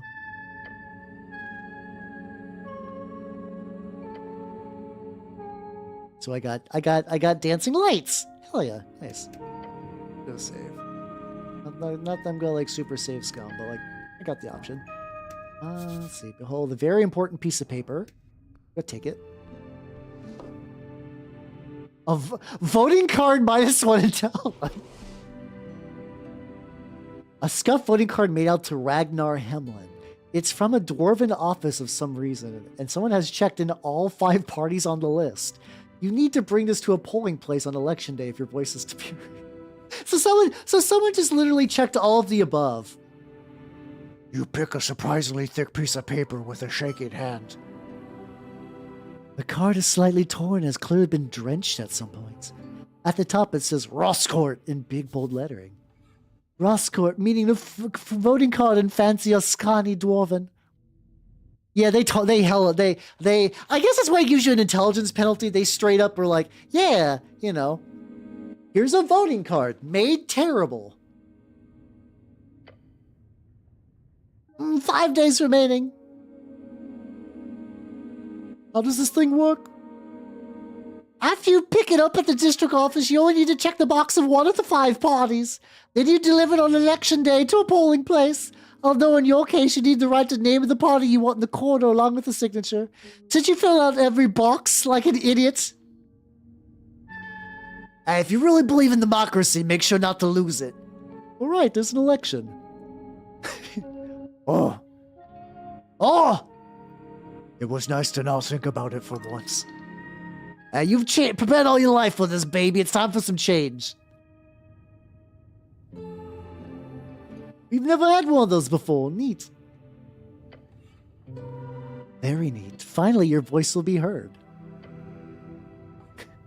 Okay, now we're learning about because like I guess this is focused around an election, which is an interesting choice for a fantasy set. Like, you know, like what is ostensibly bog standard D&D fantasy setting. All nationalists, the party of Norvik. Okay, the party of Norvik, the inheritors of Earth's will, the theoretical organization founded to. Oh, okay, so this is like the very like traditional conservative party, headed by magistrates, which are the highest government position beyond the Lord Patriarch, who is probably the super pope. The Lord Patriarch, the commander of the city forces and the top cleric of Earth. The title is appointed to Earth by. Oh, thank you for the help. I'm going to need to drink a lot in this stream. Wait, fuck. Wrong button. Well, first I'm going to need to explode, and then, you know. It'll be fun. This one does. I didn't link to the game. This game has no voice acting, so I am taking it upon myself to voice act. For better or for worse, you know. I'm having fun voice acting though. I like doing this kind of shit. It does require me to drink a lot of water though. He's a withdrawn leader over. So he's like an old priestly. I'm currently reading more of that the new Word Bearers book, and the magistrate, like the basically like the planetary governor head bishop guy is very funny because he's clearly someone that's like he gives minimal shits about his job. Like he likes the excess and everything. He's not especially cruel, but he's kind of just like. Yes, I just like reading my fancy books, and why do you mean that there's a chaos revolution? Oh, god damn it, son of a bitch. But, like, he's trying to keep the revolution because the main part of that is that word bearers are kind of doing a bunch of, like, basically doing, like, a religious victory on an imperial planet. is that he really doesn't want to call in the nearby Sisters of Battle because the nearby Sisters of Battle are fucking insane and they will burn his planet to the ground. So it doesn't really benefit him to call it. So he's trying to like do everything like real, like close hush hush. And then he's like, oh, what do you mean they kidnapped the guy sent down? Oh, God. Cardinal. He's a cardinal, I think. And Lord Akisam? Lord Patriarch of Norvik. Okay. Okay, so he's there, but he's just big chilled in the background. We got the Free Strider Revolutionary Army. People in the east have overthrown the old wizards and gods, for the revolution has slowly crept in the city. Oh, so this is the like freedom and also capitalism, baby. Real capitalism ho hours. And we know about wizard and then esoteric rituals and chants. The magic of Jor. Oh God. I understand that when you have a custom fantasy setting, you have to explain every little thing. This is a very cumbersome way to do it. It's just fucking we're just dumping it. I mean, I like TRPGs and Disco too, Link. So like that is that's thank you for stopping by. Normally I do like Warhammer mini painting stuff, but like I like I like TRPGs. I like Disco Elysium. So I am giving it. I think it's been out for like a week. So I'm definitely like slow on the draw, but still. All right, there we go. And then the Asgalis is the Workers' Party. All right, this is fantasy communism. The workers who built the city want to rule it. Okay, seems pretty legit. So we got agrarian. Okay, so we got old style kind of oligarchs. We got capitalism like freedom everything. We got communism, and then we got good old traditional farmers. Okay. But also the Asgalis has kind of absorbed their shit. Okay. And then also wizards. Yeah, wizards. Finally, the last box. The last box doesn't say anything. This is where you can input whatever you want or just leave it empty for a no vote. The box next to each party is filled with a smudge checkmark, including the last empty one. Smart move. No one can get mad if you vote for every... I think people will get mad for that. Oh, idiotic. You need to pick a side and stick with it. Your honor is on the line. Hey, you should jump ship to the winner. That's the Free Strider ideal, baby. Great, I know who to vote for already. Of course you do. Okay, well, that's cool. Can I pick that scroll as well? Let's grab that. Shield of Faith.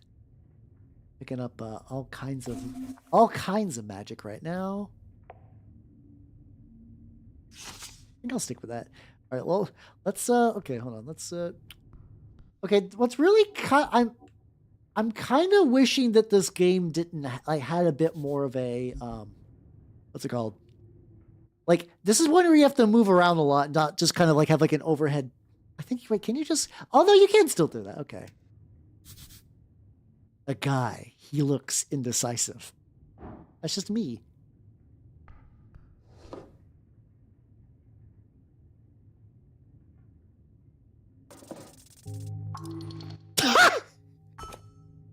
Okay. A tooth in decent condition. You feel it tingle in your palm when you hold it. I just got a tooth. Also, my character is stupid, so it might actually, like, this might be a gameplay feature where, like, if I'm smart, it just kind of, like, brings up things a bit more naturally. I stole his tooth, and I'm gonna talk to him. Let's find out how this works. This is a good way to do this. You approach a shambling man by the apple pile. He does not acknowledge your presence. He is unaware of you. Greetings, citizen. Glancing under his hood, you catch a blank expression spread upon his dried face. No, it's got some ambiance, but it's quite quiet. So maybe I might crank that up a little bit. Doesn't have a crazy amount. We are in the basement, to be fair, though. There we go. This is a dead guy. Damn. Try not to get bit. Most likely. What is your name, sir? Why is this? Does not even turn to look at you. Why is this man not listening to me? Wait. Is this a zombie? Should I defeat the zombie? Yes, it is only just. Undead are not allowed in Norfolk. Guy's not harming anyone. Honestly, he's probably a more productive member of society than you. No offense. What's he doing? He seems to be fussing over the apples or something. Hey, hard worker, respect! Sir, are you a member of the undead? Oh, god damn it. My phone was like, Oh, shit. Oh, God. We gotta... Oh, I missed the ad timing, so we're gonna have... Oh, hold on. I'm gonna snooze the ads, maybe. Okay. I snooze the ads, and in a bit, we're gonna have to do the, we're gonna have to do the ad break thing. Yeah, I mean, so far, I have not left the basement, so I have not gotten super far, but it's still pretty legit. Thing is, like, I wanna get behind there.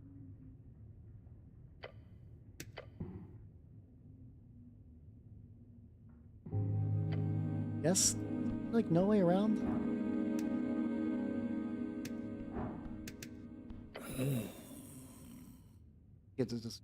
Found this voting card over there. Is it yours? You gripped the voting... Oh, you gripped the voting card firmly in your gloved hand. It is indeed yours. Keep it safe.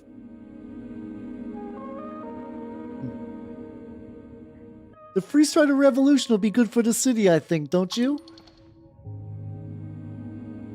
Oh yeah, they'll bring the fortune of reeds to every corner of the coast. And then, hey, okay, I've become a Free Strider. Yippee, let's go. All right, there we go.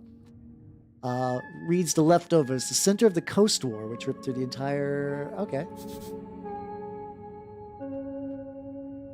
Okay, we basically did a lot of this already. Arcane Era is the 4th of 5th eras. When Arcanus rose and dominated the entire coast, only a fall. Okay.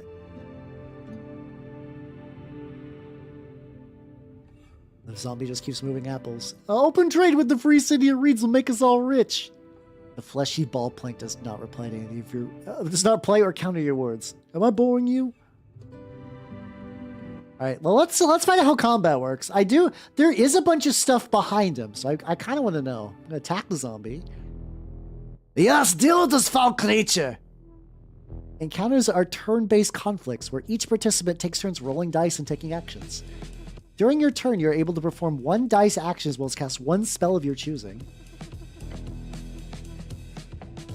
So we roll initiative. Okay, so this has a bit more of a combat system. To be fair, Disco got voice acting way... What the fuck? Okay, the zombie beat the shit out of me in initiative. Disco got voice acting way later, and I think this is a much small... Actually, I forget how many people were involved in Disco Elysium to start with. I know they had, like, a company, but I know it's one of those, like, very, like... This company is, like, 8 dudes, maybe, before the owners got kicked out, which is still fucked up. Hey, Esoterics Ebb, if you ever want a voice actor that has, like, the most limited range of all time, I would gladly be in your game. Make me a background NPC. I don't need to be anyone important. Just put my name in the credits. I would love to. Alright, so... How are you slower than a damn zombie? He rolled really well. No, he's reacting. Just take some time. Oh, your turn. Show him no mercy. All right, there we go.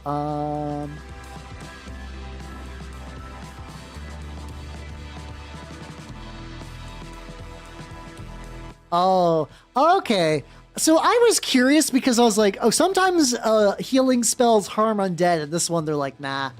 Well, let's be a little tricksy. Let's be a little tricksy. Hold up a closed fist and say, here, look at this. Then quickly try to trip him. Hey, there we go. Nice. Hey, your sneaky maneuver works. The zombie turns his gaze to your fist and then... With a quick whack, you get him to stumble backwards. There you go. The zombie is hostile. His neck snaps around. The withered face is now facing yours. Yes, you really pissed him off. You can tell since you're such a people's person. Ah, fuck. It hurts, even with the armor. Why, this undead abomination must be apprehended before he causes damage to innocents. I don't think that's gonna work. Yeah, let's grab a shit. Huh? Fuck! Oh, that's so easy!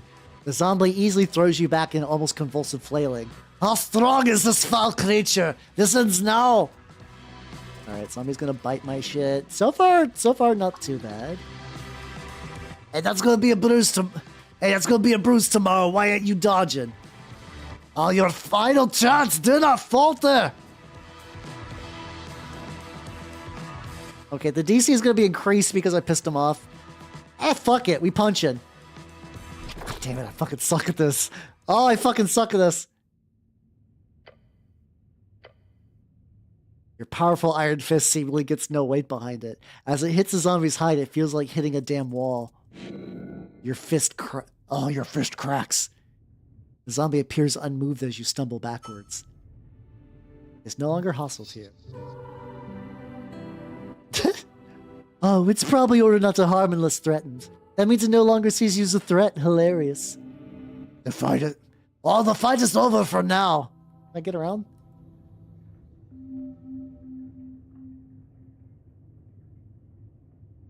Yeah, I'll try to roll better. Fuck. The thing is, there's like clearly treasure. Like there's like a knife. We gotta. We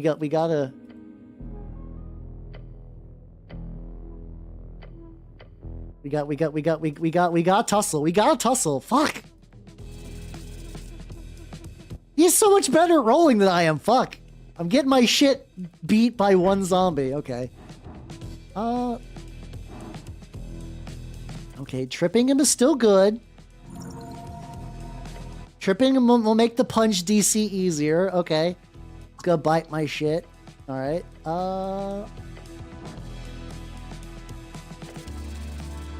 There we go. Okay, I got his arm. Oh, you successfully grabbed his arms, your thick gloved hands wrap around his frail wrists and keep them stable. Unfortunately, I don't know. Fuck, oh god damn, I missed the ad break. Ah, it's fine, it's whatever. Oh wait. Just fighting the zombie.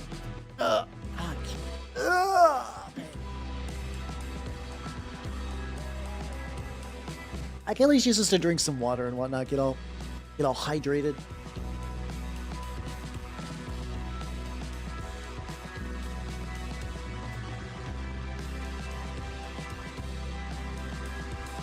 But yeah, I wonder, like, it definitely seems like they want to keep the stats to be pretty core, but like, in the disco you had like the whole like mind palace thing. I wonder if this is going to give a similar attempt of that, if not. Like, I wonder if there's going to be like a whole mind palace kind of scenario. Would be cool potentially. Would be very, very neat. Which adds why you like this. And we're back. Sorry about that. I muted the ads and then got wrapped up in the zombie fight and forgot to do the ad break thing. All right. I grabbed his arms though. He hasn't killed me yet. All right. Then now I got. Oh, okay. So they straight up have an advantage mechanic. Fuck.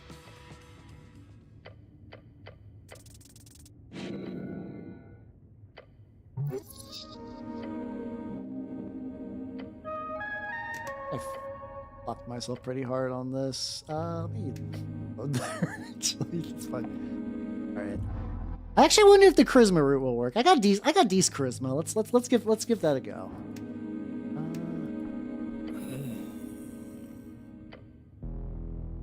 Wait, hold on.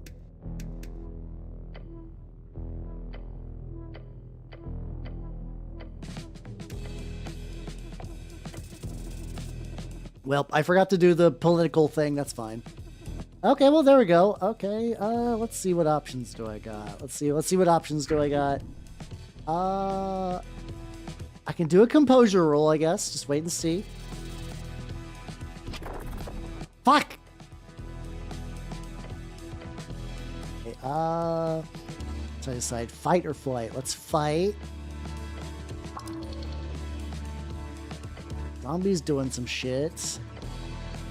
Okay, yeah, let's try to manipulate him.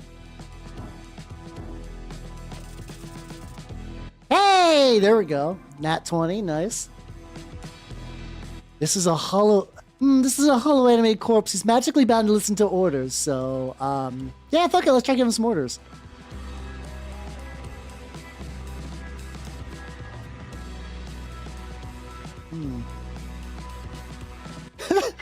I want to try the bottom one. I hope you're okay, zombie. Make sure to de-stress once in a while. The zombie does not seem to respond. And maybe it's just delayed. Don't give up. Ow, fuck. I can see why you said that, like, early on you're real fragile. Like D4 damage is pretty brutal. Alright. Fucking hell.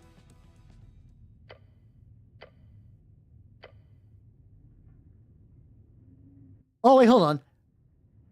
Please do not hurt me. I don't want to fight anymore.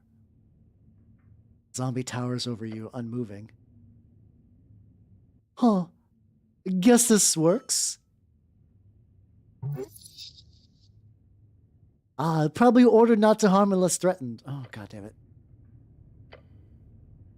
What that shit behind him? How you doing, Heather? How you doing? Fuck. Saves coming to first enemy. Pain. You do the dialogue bullshit. How you doing? How you doing? Let's see. Free Strider leads, and you get all this shit.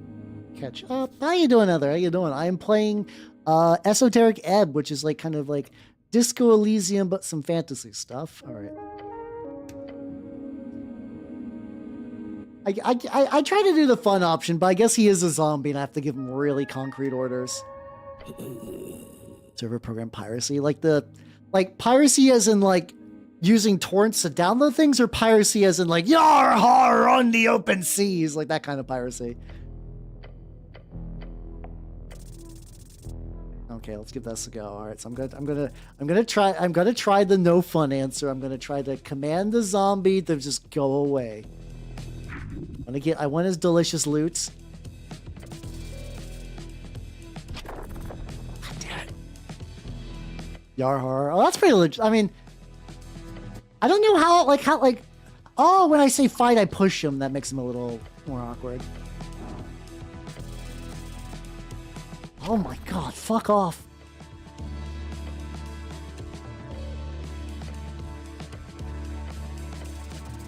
I got decent, like, this is a tricky thing. It's just like how I got the worst fucking, oh my god.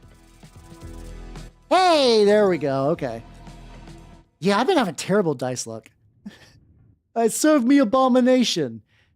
It stares at you, the erratic movements replaced with an ominous stillness. I order you to, leave this place, fly. Oh, cool, hey, there we go. And you take a deep breath as you realize he's most certainly not coming back. Oh, okay, there we go. Fuck off. This is the thing. For Disco, I didn't want to do a lot of save scumming the rolls because they were like pretty minor, but this is going to be doing a lot more D20 rolls, isn't there? Okay. Okay, let's take some apples.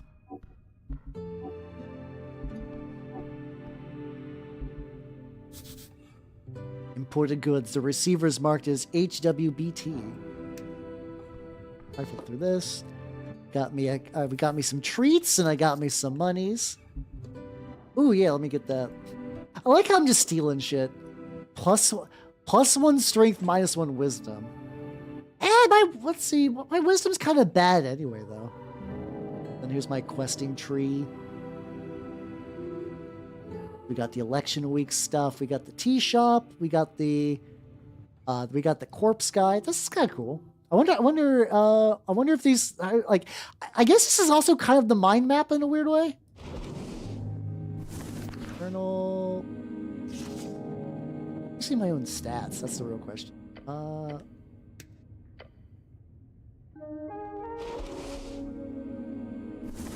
Oh, I'm right here. I'm stupid. Well, let's see. My wisdom... So I already got a wisdom boost. If I equip a sword... Okay, it functionally doesn't change anything. It, like, nothing gets better or worse. I think I'll still equip it because that gives me the general, like, you know... I have inventory now. Crate filled with sand. Just sand. A glow glass. Very common magical eye. Okay, so this is a universe where light bulbs are a thing. Okay, a little bit. I guess I'll just go down deeper. Fuck it. Stairs leading down far into the city below. What's here? There's a door inside this tunnel. Damn, I can't get through the... Okay, so that's locked. Playing a major quest unlocks a feat. Oh, okay, okay, that's interesting. Oh, feats are the equivalent of... Oh. So I'm just straight up going into a dungeon, okay. Sure, why not? Glowing mushrooms must be tasty. Yeah, whatever.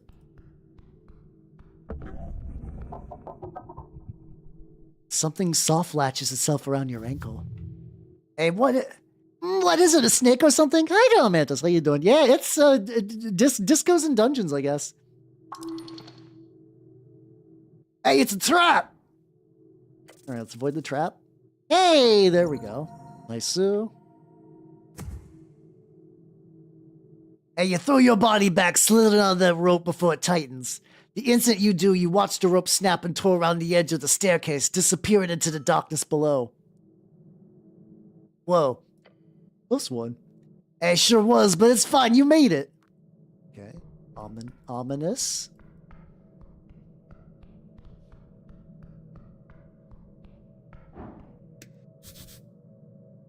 Hey, it's a rat! I can trifle the rat. What? A white rat. It acts shyly, but approaches you nonetheless. It looks like it doesn't really want to get grabbed by you, but also doesn't fight. Also doesn't fight it. Instead, it just follows along, sort of, but not very happy with the situation. But hey, what can you do? Okay, there we go. I can... Technically, there's no penalty for me equipping a rat, so I might as well. The government doesn't want you to know this, but rats are free. You can just take them. Okay, there's a spotlight. Where the fuck am I going? I have not even been to the city proper. Oh, shit.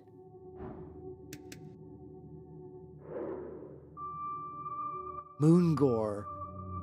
Whippet Guardian. Oh, that's in a language I don't understand.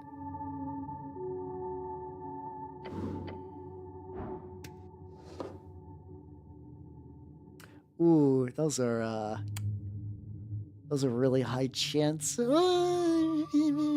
Maybe not yet. I don't need a shield just yet. Vault human.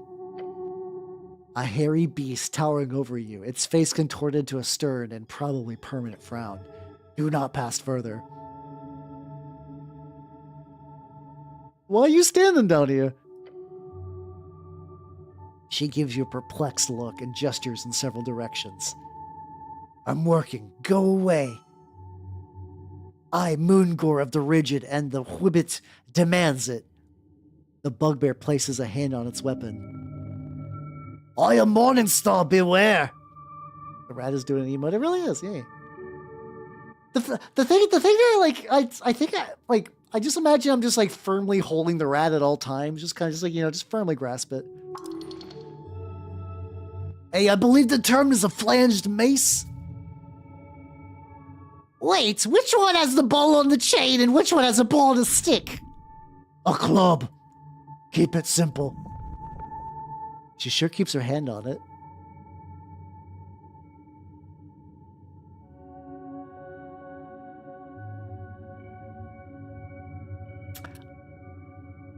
Okay, so they definitely base this off of TRPGs. I feel like I'm gonna get to know her first, and then I might give her my rat holding, dirty rag wearing, gets to put some pizzazz on that. Whom do you serve? She snorts. I work for the halfways. I serve Lady Sageleaf.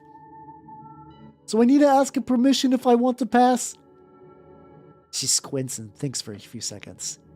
Yes. If she gives you permission, I will let you pass, but I do not think... Yeah, we're just playing Rat Shaker again. She stops mid-sentence. Are you a cleric? I like to see myself as a dashing rogue personally. A dashing? No, you are clearly a cleric. So dismissive. I heard a cleric was sent because of the explosion. Why are you down here? The dragon is waiting. The dragon? This is way too early. A what? I'm sorry, I just sort of ended up... What? How? You don't simply wander into the city below. That's how fools get killed. Well, I mean...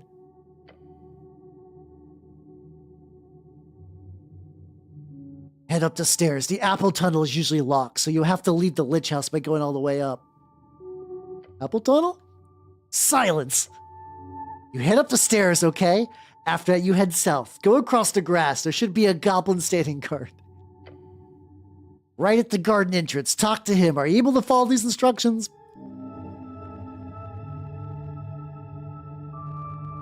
Oh, traitor is the spec. She's clearly a powerful woman. Fucking strength is like, oh, there we go.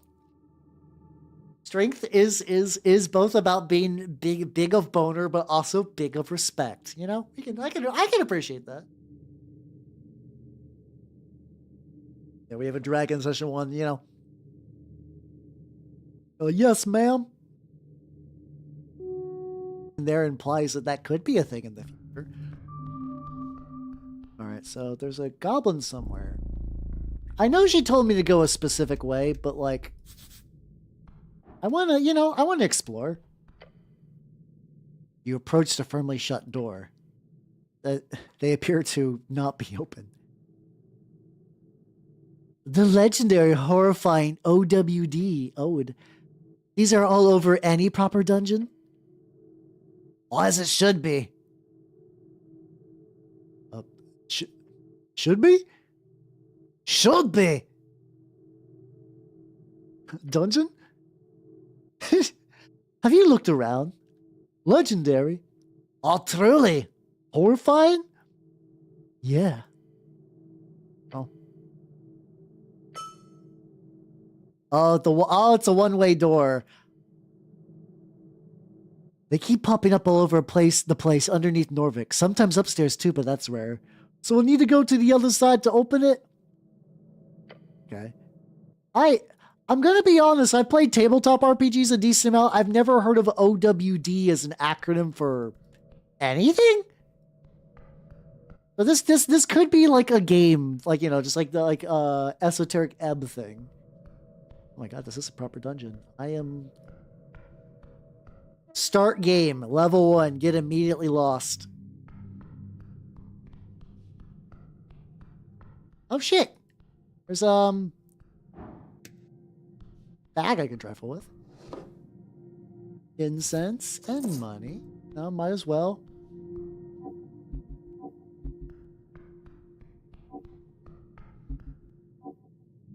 Oh shit! There's a miner and a cave lobster, I guess. Cool. It's a calendar. It's out of date.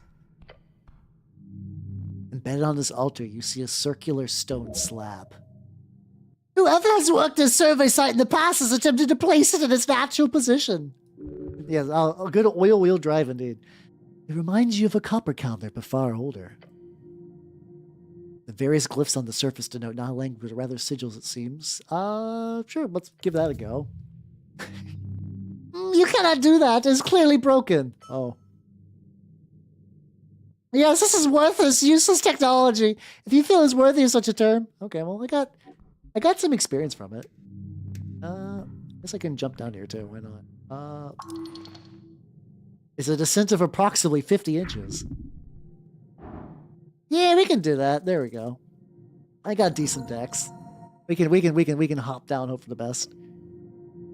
Hey, there we go. I am.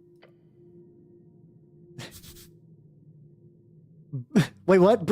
Wait, brute. Vorgini slang for brother. Specifically, the dialect grown out of the coastal slang, a mix between gnome tongue and underclass migrant workers. Oh, are they doing the thing where like the gnomes are like put upon like immigrants? I guess that could be. I see that happen every now and then in fancy stuff. That could be neat. Hey, your feet find purchase, stable, controlled. You're at the bottom of the step. Okay.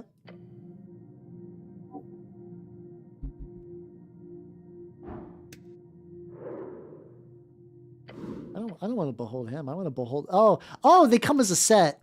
Hello, weird guy. Hi there, Rosario. Welcome, everybody. Welcome. If you do not know me, I'm Halbernaut the Mimic Elf, miniature painting VTuber of the Nurgle and Skaven variety. Right now, I am playing Esoterics Ebb. It's like Disco Elysium, D&D sort of dealio. It's been pretty neat so far. It's been pretty neat. I have immediately bumblefucked my way into a dungeon, and I'm kind of riding it out. What are you working on? What are you working on today? Many-wise. I'm talking to a dwarf or a gnome I found underground. Probably a dwarf, if I had to guess. Beside the buried statue, you see someone on a ledge. You hear the sound of working. Grunting, clanging, and so on. Hello up there. Huh? The dwarf's smoldering eyes. Wait, are dwarves in this setting like volcano style? How you doing, Rufus? How you doing? Of course, this game. So as a filthy burgerlander, does this game have very obvious like Swedish tells? I guess having Madsen, maybe this one. Paint a Caradon. Hey, let's go. Caradons are fun. So, dwarf, short, stout, short, hairy, loves to dig and build. You know the drill. Drill. They built the most of Norvik and have a long history with the Earth folk. All the Earth folk, the people of Earth, the ancestors of those who conquered the Ascani coast, true mythological heroes. Okay. So it's got a lot of Swedish DNA. But yeah, basically this game, it's like it uses the mechanics of Disco Elysium, but like with a lot more like D20 rolls instead of having like the different. It simplifies the stats and just kind of the D&D 6, and it also uses like kind of very D&D style like skill checks, like all D20 based with modifiers. Oh, look, Romius, we have an official visiting. If that doesn't make us official, I don't know what will. Oh, that's not a lobster. That is a tame rust monster. All right. Peek out over the ledge, you spot an orange monster creeping about. What is that thing? Oh, no worries. It's just Romulus. He's very kind. The dwarf then mumbles to himself, when he's fed. Ominous. What are you doing here? Me? Oh, you know. He lets out a smoldering laugh. A dwarf's gonna have a hobby. Oh, mining an ancient ruins is not a hobby, it's a profession. He puts down his tools and strikes a pose. Let me introduce myself. I'm Axel Madsen. Okay. I think I was wondering about that. Okay, so he's one of the. Okay, so they basically took the kind of like celestial dwarf things, like the Azure or whatever, Azure maybe, Azers I think, and then they just kind of merged them with Dwagar.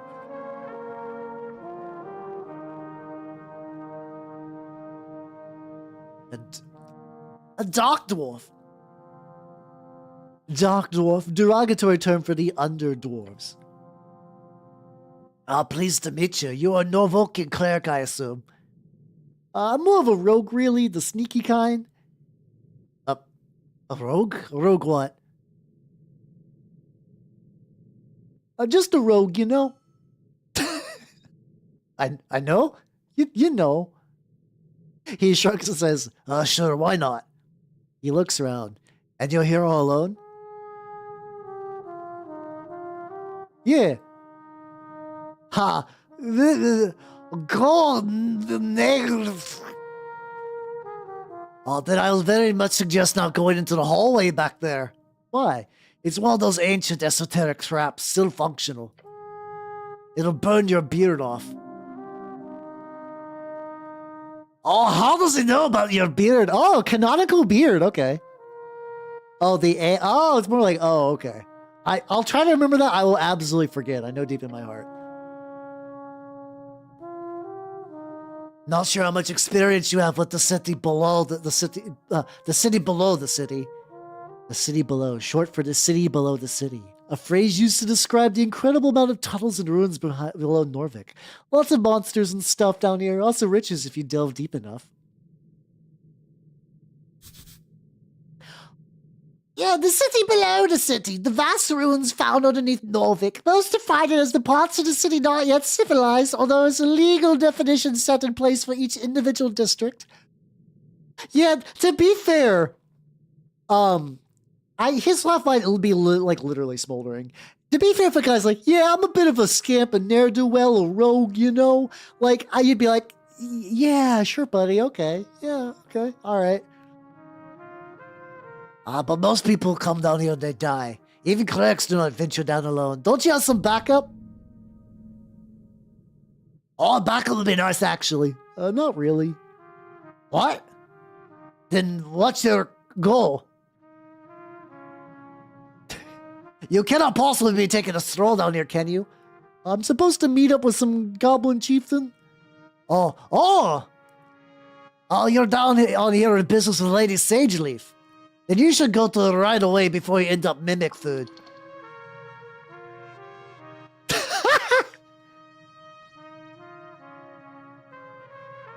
I mimics horrible creatures. They could be anywhere, anything. Hold on, I need to listen. I need to absolutely, you know. The dialogue has been pretty good, but I need this one. I need to take this. I need to go to my screenshots, and I need to see. Toggle mimic mode. Don't mind if I do.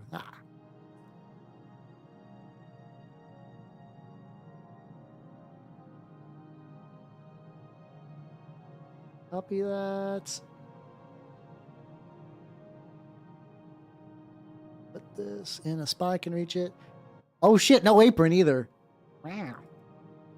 Sorry, I forgot Afro Man is literally right there as well. There we go. So let's make sure to do. Let's crop it down to like the usual funny joke haha size, as one does. I want to keep the bars, but I don't think that's really practical to do so. So I'll just do that. Yeah, I'm just an honest, good, hard work. Oh no, I think I gotta get rid of this. And then let me see. Afro Man, you're fun, but I gotta. There we go. Perfect.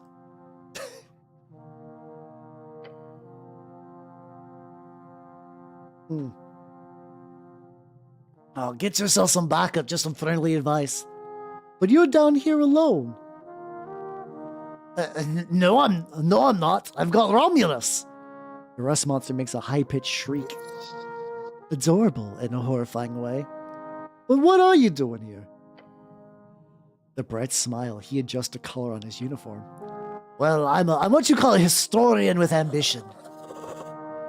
As he says it, the orange beast sends an echoing hiss down the chamber. Exactly, Romulus. We're here on an expedition of grand proportions to find the legendary missing mine of Taulamon of Taurencatl. That sounds like a quest. Oh, yes, indeed. A quest! Your ears perk up. I love how Strength is just like all real gung-ho about the very fantasy, like, D&D fantasy idea of a quest. Like, it really doesn't matter what kind of quest or anything. Oh, I accidentally turned on Lychee. Shut up. Absolute mimic slander indeed.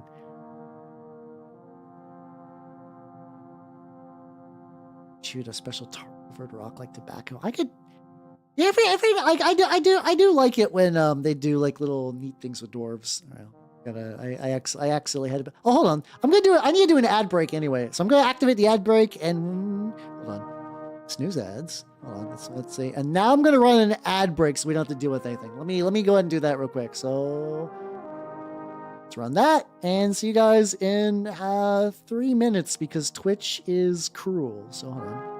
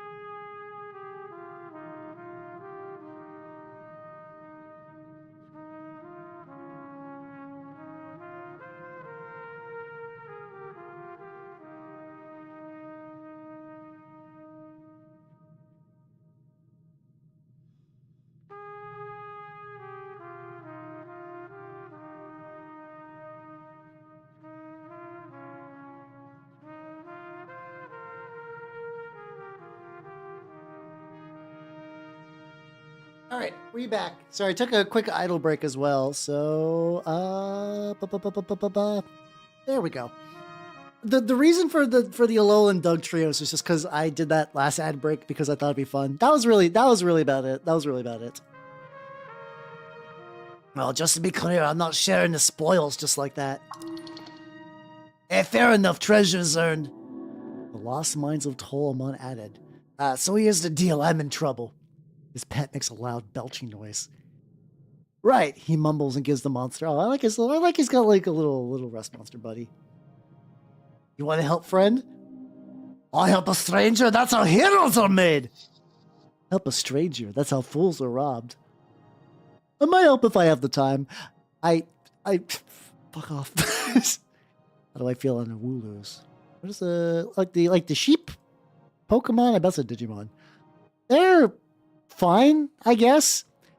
Like they're cute and everything, but they don't particularly excite me, I guess, if that's the best way to say that.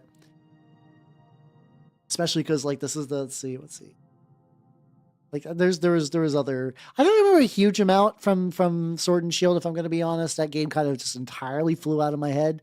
However, Grimmsnarl fucks. I fucking love Grimmsnarl. Grimmsnarl absolute unit. Look at this fucking lad. He's hell yeah. I'm not biased because objectively, I think Grimmsnarl basically I think Dark Fairy, like, you know, when VTubers like, what Pokemon type would I be?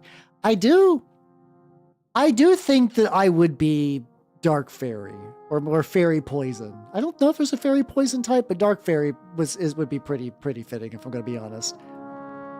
I do like, yeah, Flaffy is just kind of the sheep Pokemon. Mind you, there's a bunch of them. There's a bunch. Also getting your punches in. Let's go. I like there's the options like you might help if you have access. I'm still kind of doing the usual like I'm well-meaning. I'm like a well-meaning rogue. I might help if I have the time. There. You see, there are two strange ruins in the section of the city below the city. White Mane ruins below the dwarves and humans and even trolls. This place was ruled by cats? Okay, trolls are small and harmless green trolls, and then the bigger cursed trolls are real big, fucking huge. Okay. The theory goes that the snails of Toan add an esoteric. Oh, wait, are flail snails gonna be in this fucking game? God, I hope so. That'd be so rad. You know what this is really making me miss? Out of all the fantasy stuff, there was a fantasy comic that used to be in Dragon magazine called Downer.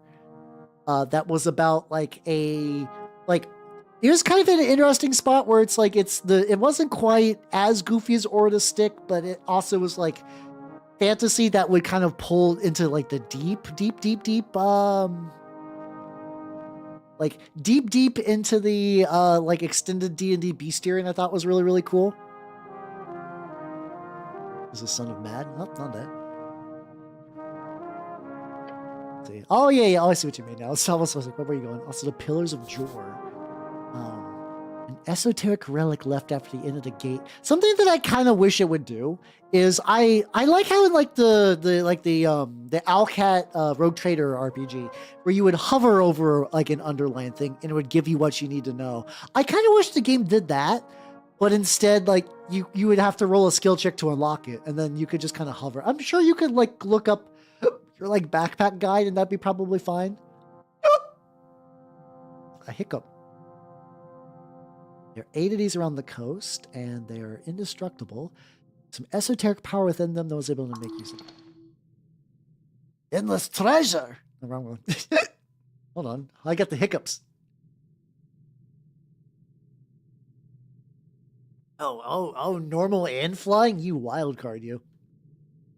But the walking god of the White Mane. Oh, God, there we go. The walking god described the divine avatars who rose and fell in around the divine. Okay, so there's the divine era, the arcane era, and I'm not exactly sure what era we're in now, but we're in something. Most major religions on the coast today are built around these figures, and their influence can be felt. Earth was the last known walking god when he faded. Okay, so the gods are gone? Okay, that's cool. That's neat. I'm gonna like here's the thing. I don't really give a shit about D&D 5th edition, but I'm not gonna lie. There is something in my heart that really likes a D&D style fantasy setting. I don't know if like Pathfinder is fine, but for me, Pathfinder has a lot of the same flaws I don't really particularly give that much of a shit about. But like a bit of a different, like I love my tabletop group, but whenever they talk about what they're excited for in Pathfinder as a system, it's like the idea that like, and then I used to be like this for 3.5 kind of, where it was like, oh, a new book's releasing. Oh, this new class is going to come out. I can't wait to do this class and optimize it with this thing. They're not like super power gamers, but for them, it's just kind of like the mechanical kind of like, there's like a level of mechanical excitement that I just don't feel in my heart anymore. And I wish I used to, and I kind of wish I still did, because that's what it also might come with the fact that Pathfinder is gently, not their only game per se, but Pathfinder is their main. And like, I've always sort of like begrudgingly played Pathfinder 2. It's not the worst. You could do a lot worse than Pathfinder 2 out in this bitch of an earth, but it would never be my go-to. If you're like, how run a TRPG, Pathfinder 2 would not be in my top 10. Hiccups because they said, so you got like double hiccup then. Okay.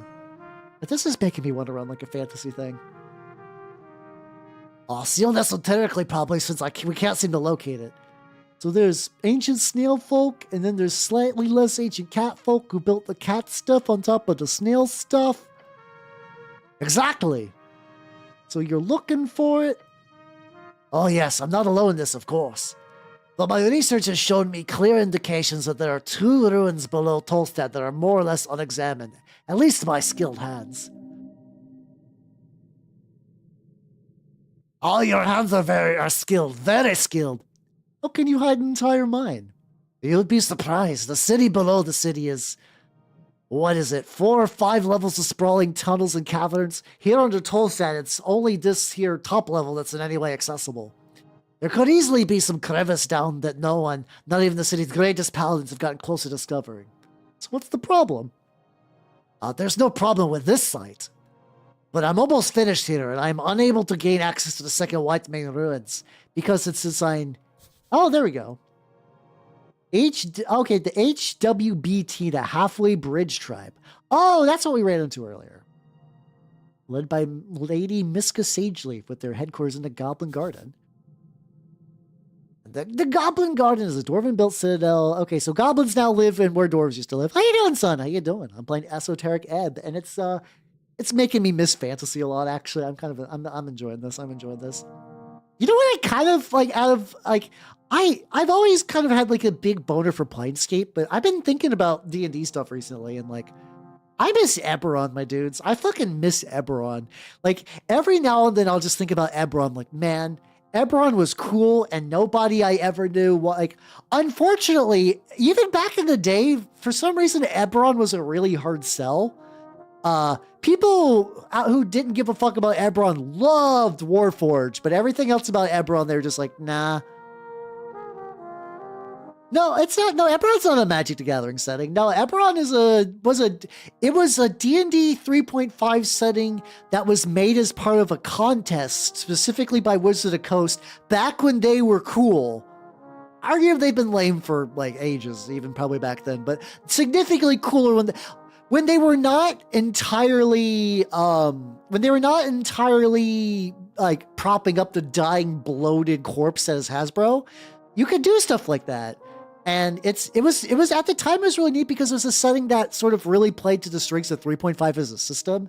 The idea that like magic is kind of everywhere, and like there could be like low level people that do magic. So, but it was also kind of during the real magic punk era where there were like kind of like magic trains and like city lights and stuff like that. But it was also neat because it was trying to undo it. Like, hey, you know how like Forgotten Realms has like 8 million billion characters, and like people like fucking Elminster and Drizzt and like Hornswoggle and Beebus and whatever.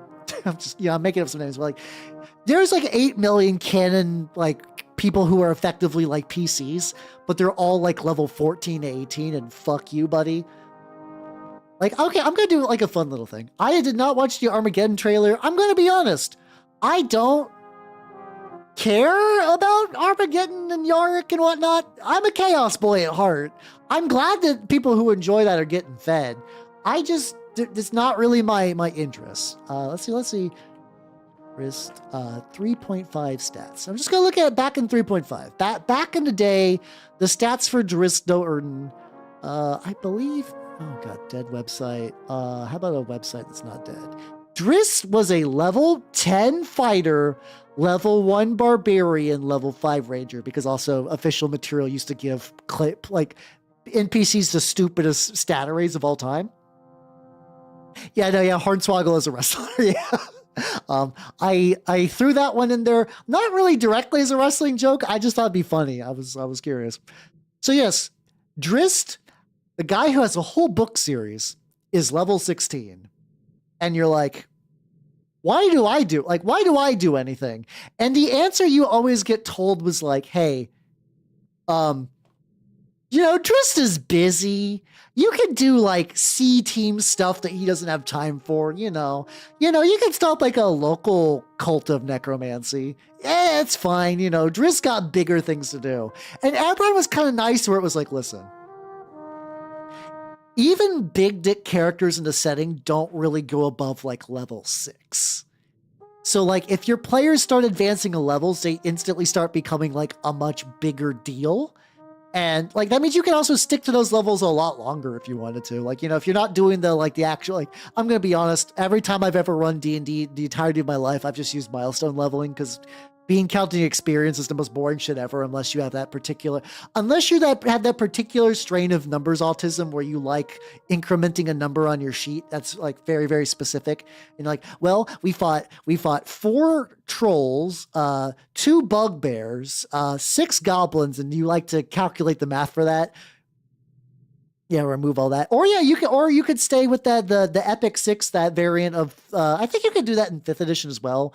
But in 3.5, there's a variant where it was like you stay at level 6, you every couple of levels, you still theoretically gain experience, and when you gain enough experience, you get feats after a certain point. So your plateau like levels off, like you only become so much more accurate, but the feats still mean that there is like meaningful like stuff changes on your sheet and whatever.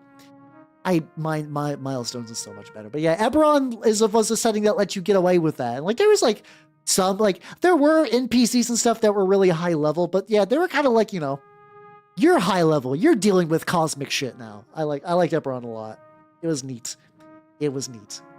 And I was reminded of Eberron today when I was driving, and I remembered it. I'm like, man, Eberron fucked. I should run Eberron. The problem is also too, I like certain elements of pre-made settings, but I like my own. I like doing my own shit. I don't care if it's like I'm basically making OC do not steal Eberron. For me, it's infinitely more fun, and I much rather have access to my own canon. Goblins, all right, you know. Okay, so this is one of those universes where goblins are like, they're like Pathfinder goblins. Like goblins have definitely softened over the years. Like it's still really funny. Okay, let's see. By the way, this game is going to be like, this game is going to have a lot of tabletop tangents. I'm just letting you all know. This is going to happen. We're going to do Rise of the Rune Lords, Pathfinder Goblin. Let's see if I can find a good example. So here's sort of like Rise of the Rune Lords, Pathfinder Goblins. This is sort of in that era where like nobody wanted to fight goblins, and goblins were like a menace.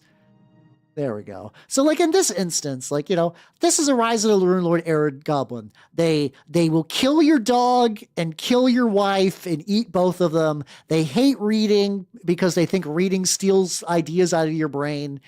And I'm gonna show you like a newer goblin.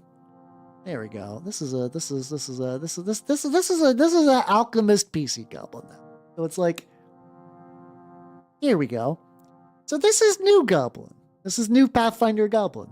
They have joined the affluent ranks of this monster is now a player character, a viable option.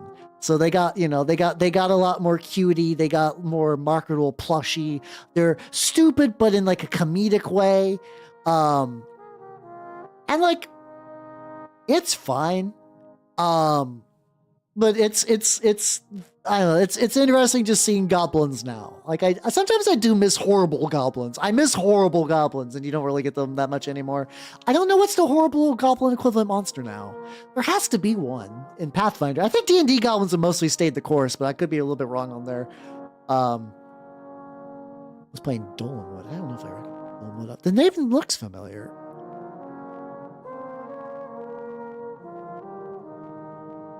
Oh, okay. This is OSE stuff. Okay, I've not super looked into. That's another one of those, like, conceptually I get the appeal of like the really old school D&D stuff, and I've played some not Mazes and Minotaurs. I play Labyrinth Lord. I played a little bit of Labyrinth Lord now, and for a bit, and that was kind of fun. There is a certain way about, like, I am very much I like my games to have some juice and some planning. The idea of like, we roll into town and you roll for 1d4 dick wolves and they drop 1d7 plus 8 pieces of bacon. Like, I just don't give a shit. Like that type of thing, which is like what I hear about, once again, all these creative people who do really creative many things, that all they want to do is just roll on random encounter charts and just play bog standard old school D&D, but like in the most boring way possible. I'm like, I hate it. I hate it. Maybe Gremlin. I know Pathfinder gremlins are a very specific thing too. I mean, kobolds, people, like as soon as kobolds became associated with like tiny lizards, certain people online wanted to fuck them. People online wanted to fuck every monster, and it's not even goblins' fault on that. I do think, was it like Corruption of Champions? I do think that was for the ground zero for goblins moving over from like, I think between that and WoW, that really changed goblins from like, oh, these things stab dogs to like, I shouldn't put my penis in that. However, and then that's sort of when like the art styles change a bit as well. Anyway, this universe goes by goblins as somewhat civilized. So yeah, modern goblin. Oh, okay. Oh, those goblins have hired a brutish bugbear as a guard. Horrid creature. But you're cleric. If you can get access to their territory, then please head south. Through the damp high-end caverns, there should be a white manor. Oh, there we go. I've been there. I've been there earlier.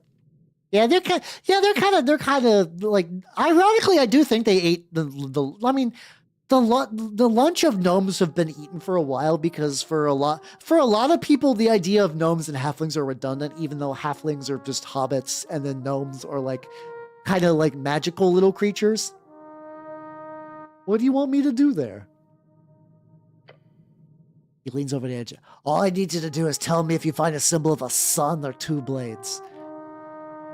Oh, I like how it explains what the sun is. Despite the Scotty is small and moves quickly. Oh, okay. Sun, 2 blades, got it. If I find the shrine, I'll investigate. Hey, there we go. What do you know about the tea shop? It's a type of cafe. You know, they serve tea and other drinkables. Sometimes they even have pastries. I love cardamom treats. I also love cardamom treats. Oh, my friend, you truly are of good taste. Hey, there we go. Excellent, let's go. I am filled with good taste. Yeah, back when, now they're just Gribblo the little guy, exactly. Oh, man, the culture of this dwarf. No, the tea shop. He clicks his tongue. Is there a special tea shop I should be aware of? How long have you been down here? About a week by now. Takes time to set up a secure perimeter. A week alone in the city below. He really is an expert at this. So you don't know about the tea shop that exploded? Exploded? I thought the election was bad enough as it is. Now they got exploding tea shops? Norvik is in trouble indeed. There we go. I'm gonna ask him about his glowing eyes. He's allowed to have glowing eyes. Also, it's been a while. Alright. So one goofy looking cat. You're not wrong. Like John Ebb, you're technically not wrong. Also trifle through some faces. Ooh. I got my Jor crystal. Oh, I guess so I have to climb my way up. Wait, do I have to roll a check every time I want to do that?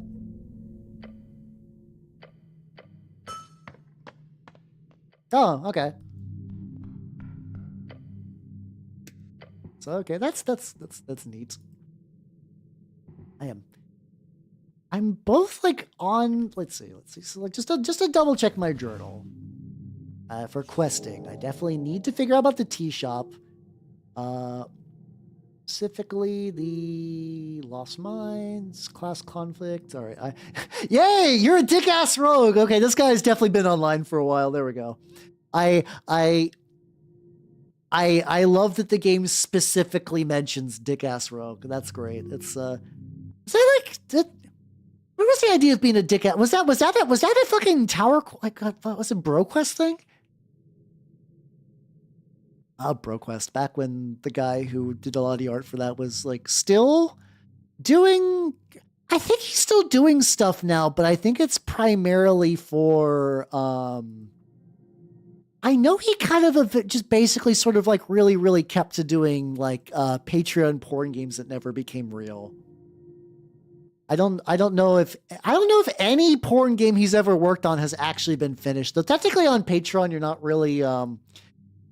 really obligated to. There we go. There's Dick Ass Thief.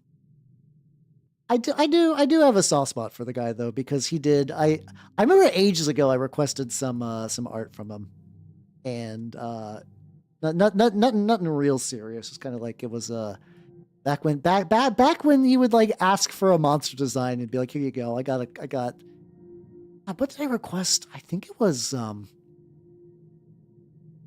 like a couple of goblins with like a big electropyre. I do remember that. All right, sorry, I'm this image is like 1,000,000,000 billion pixels wide.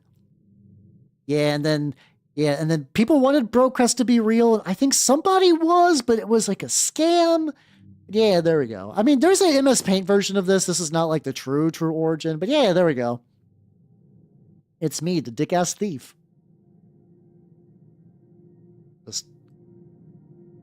I'll just keep this. Let's see. Hold on. Excellent. There we go. This is perfect. Actually, let me. I love stupid cropping. It's the best. Yippee! There we go. So we got once again. My streams are certainly a feast for the eyes. Okay. Tea shop. We haven't elected anything. We're doing that. Okay, so we got a. Oh hell, there's a. So. Oh. Fuck it. I guess I gotta. She said something about to the degree of like turn around. When you see the Apple Mountain. This is like a whole other like I could keep exploring the dungeon. How you doing, Turtle Sages? How you doing? I'm playing Esoterics Ebb. I do kind of want to. Nope.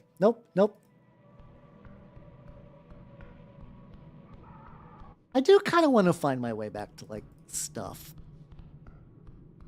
No, not Dick Ass Thief. A Dick Ass Thief. Very different. Whoop.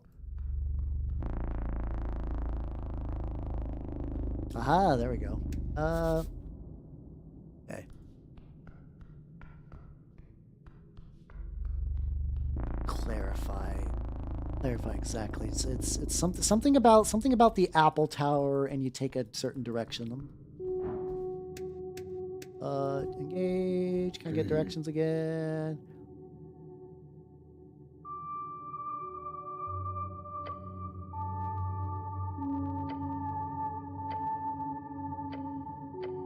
Okay, I'm just gonna do all the same options again just to double check.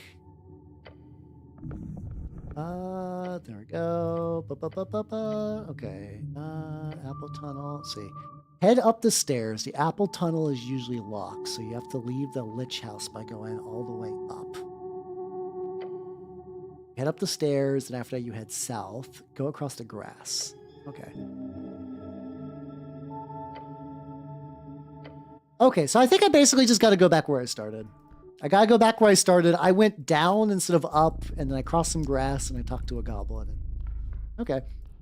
I've been having fun going side questing, though I do, I want to get like some semblance of what's going on. Also, hold on. Yeah, I got a bunch of shit. Spin in dialogue to unlock. Oh, okay. So is that?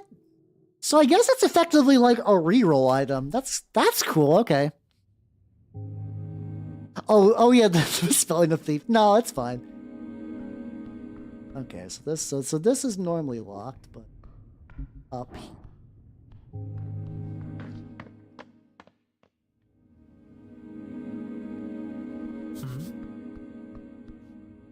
Or maybe not.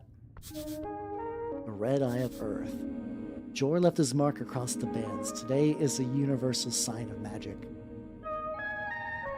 I don't think this is quite right, but that's fine. Biscuit, the local mortician. Maybe there's grass outside too, right? I love if you're stupid, it just doesn't tell you. Like, I'm sure if you rolled well, you could get some information about people. I have no idea. Also, just like, I do like how you can just like... Wait. Wait, it's just free real estate to steal that. Like, the mind expansion.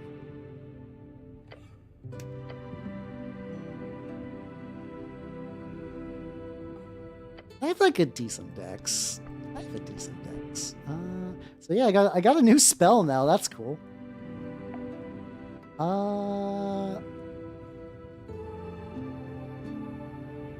Wisdom saved. Oh, okay. That's always like the tricky thing. The newer editions of Charmed, where it's like it knows it was charmed after the spell ends and it hates you forever, which kind of ruins how I think like the usefulness of that to me.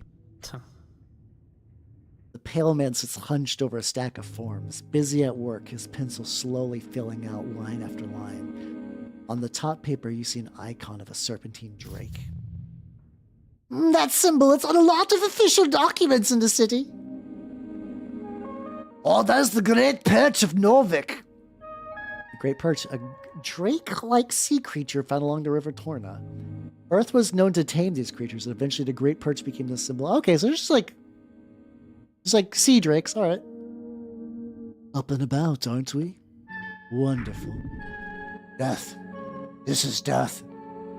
I am Viskin, local entrepreneur and proprietor of this lich house. It appears you don't really belong here, but if there is anything I can do, cleric, just let me know. He smiles at you. Did you save my life? He puts down his pen. Your life is your own. You owe me nothing. However, I'm afraid to say you've been through quite the turmoil, cleric. I died, didn't I? Those fishermen who brought you here certainly thought so. Not that I blame them. You weren't exactly in prime condition. They caught you in their net, believe it or not. Hey, there we go. I got a new thing. Such a strange tale. So not dead, just a bit wet. How did I end up in the river? Oh, not the river, the river. I'm afraid I don't have much to tell.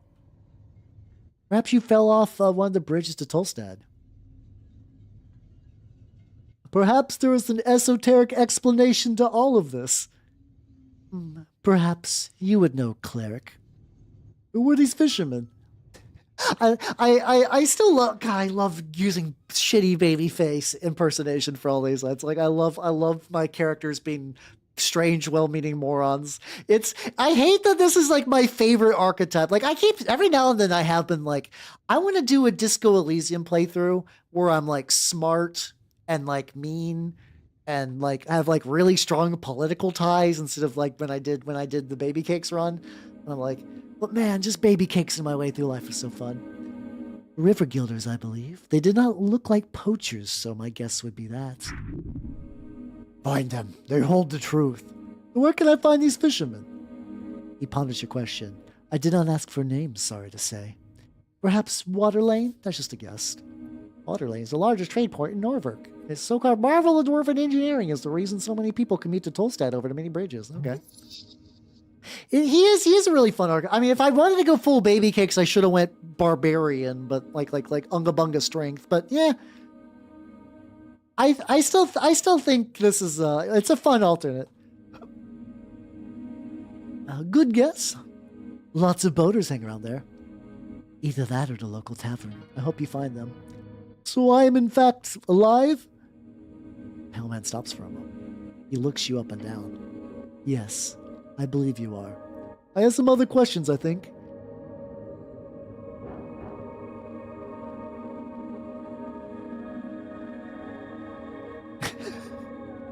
Okay. So, I know in this game that they are going to eventually spike the DCs stupid high. Okay, that's good to know. That's good to know. Which makes sense. I have to imagine progression is just getting better and better gear, so you got better rolls.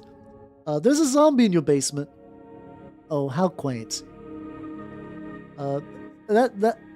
That's not an appropriate response. How you doing, Mittens? How you doing? I'm playing Esoterics His Ebb, which is like D&D disco. It's pretty neat.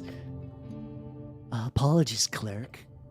We're clearly connected with the city below. The undead seemingly wander as they please. Hey, a quick move in the lower left cheek. His expression actually changed. I don't trust his words. However, I will have to take this up with Lady Sageleaf. I pay good crowns for Whibbit's protection. Crowns are just the money. Oh, that's an underline option. Okay, there we go. Wait. No, I don't actually believe you. What do you mean, cleric? The zombie is clearly working for you. That's illegal. I greatly apologize for putting you in this situation. It is my neglect that led to the undead creature entering the tower. I will make sure to tie up security in the future. No, you're... Ost? We'll do a queen sweep of the basement this evening. Get ready. The kobold screeching yell. Yes, master! I will also make sure to report this to both the Whibbit and the militia. He won't let you get a word in. Amazing. So you're clearly doing something shady here, so, of course, I'll be sure to ask for a thorough inspection by the PCG, the Pest Control Guild. Yeah, you know, I guess if you live in a fantasy setting that's kind of like slightly modern-ish, you got, you know, you got like all kinds of little like sub CR1 little lads you got to deal with. Okay. Supposed to cling monsters at bay and keep monsters at bay and cling up any unwanted critters across the city. They are bogged down requests from citizens. Okay. If there is anything unbecoming about my business here, it shall be uncovered and unveiled. Hey, holy shit, he just keeps going! Thank you very much for your service, cleric. It is because of great men like you that the city still stands. I'm sure a good word to your patriarch will ensure a promotion of some kind as well, especially with this great work you're doing on the tea shop. I can make him shut up, which is bad. I got decent charisma. Resist this incredible oratory power. Hey, let's fucking go. There we go. Stop, I know what you're doing. Now focus on the main points. The illegal zombie, go.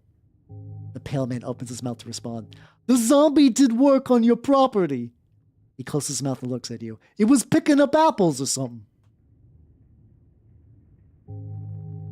That's a violation of the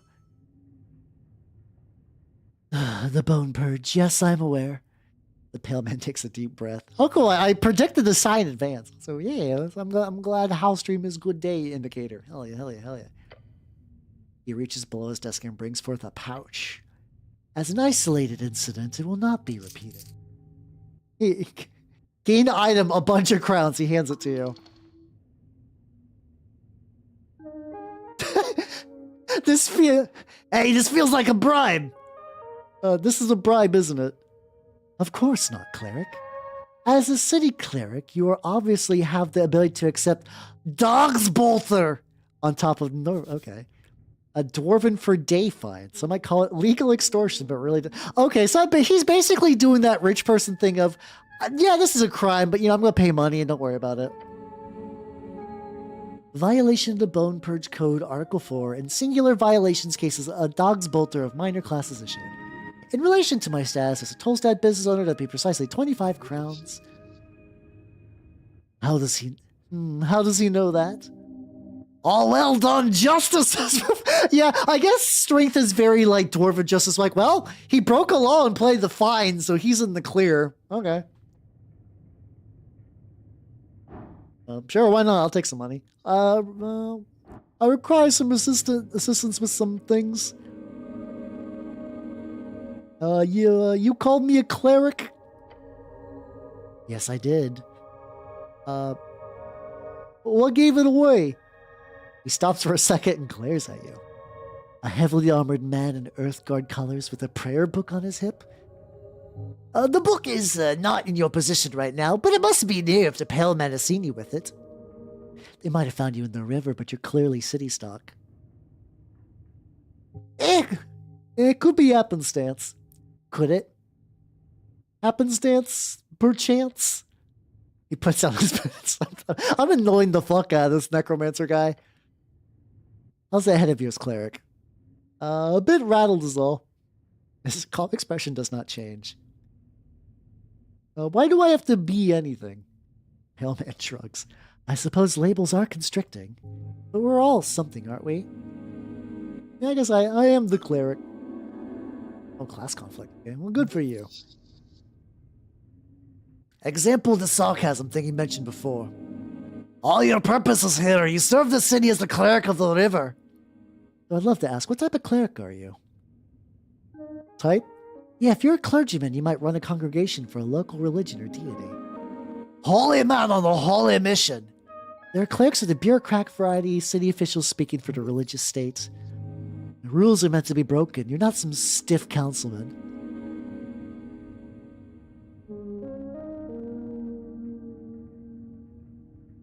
No, I am the chosen one. The pale man stops and ponders your response. Chosen for what? To save the world. An eyebrow raised, almost like he takes your statement seriously. Oh, what a good person you are, cleric. Best of luck with that. I don't know where to go. Your shaky voice makes you sound positively fault. Oh God, you guys are not this. God, Rufus, if Rufus, you're still around. This is very. We're getting deep. Complete and utter despair of flesh and bone. Fort vivant. I'm probably not saying that right. Not even slightly.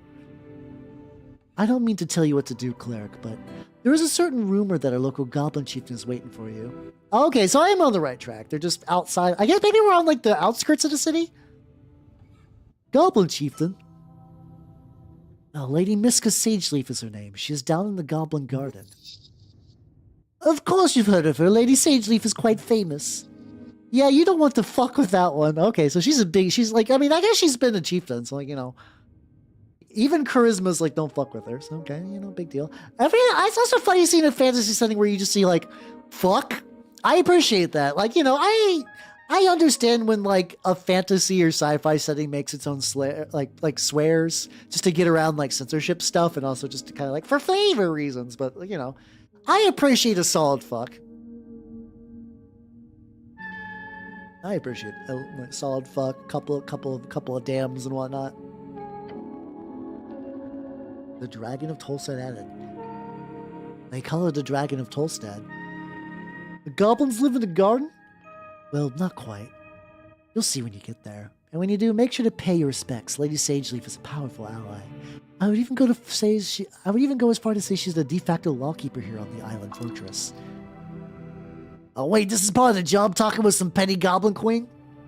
I think we'll appreciate. Yeah, that's one of those things I said, and I'm like, yeah, no, that could be taken like 8 different ways. That's fine. Whatever.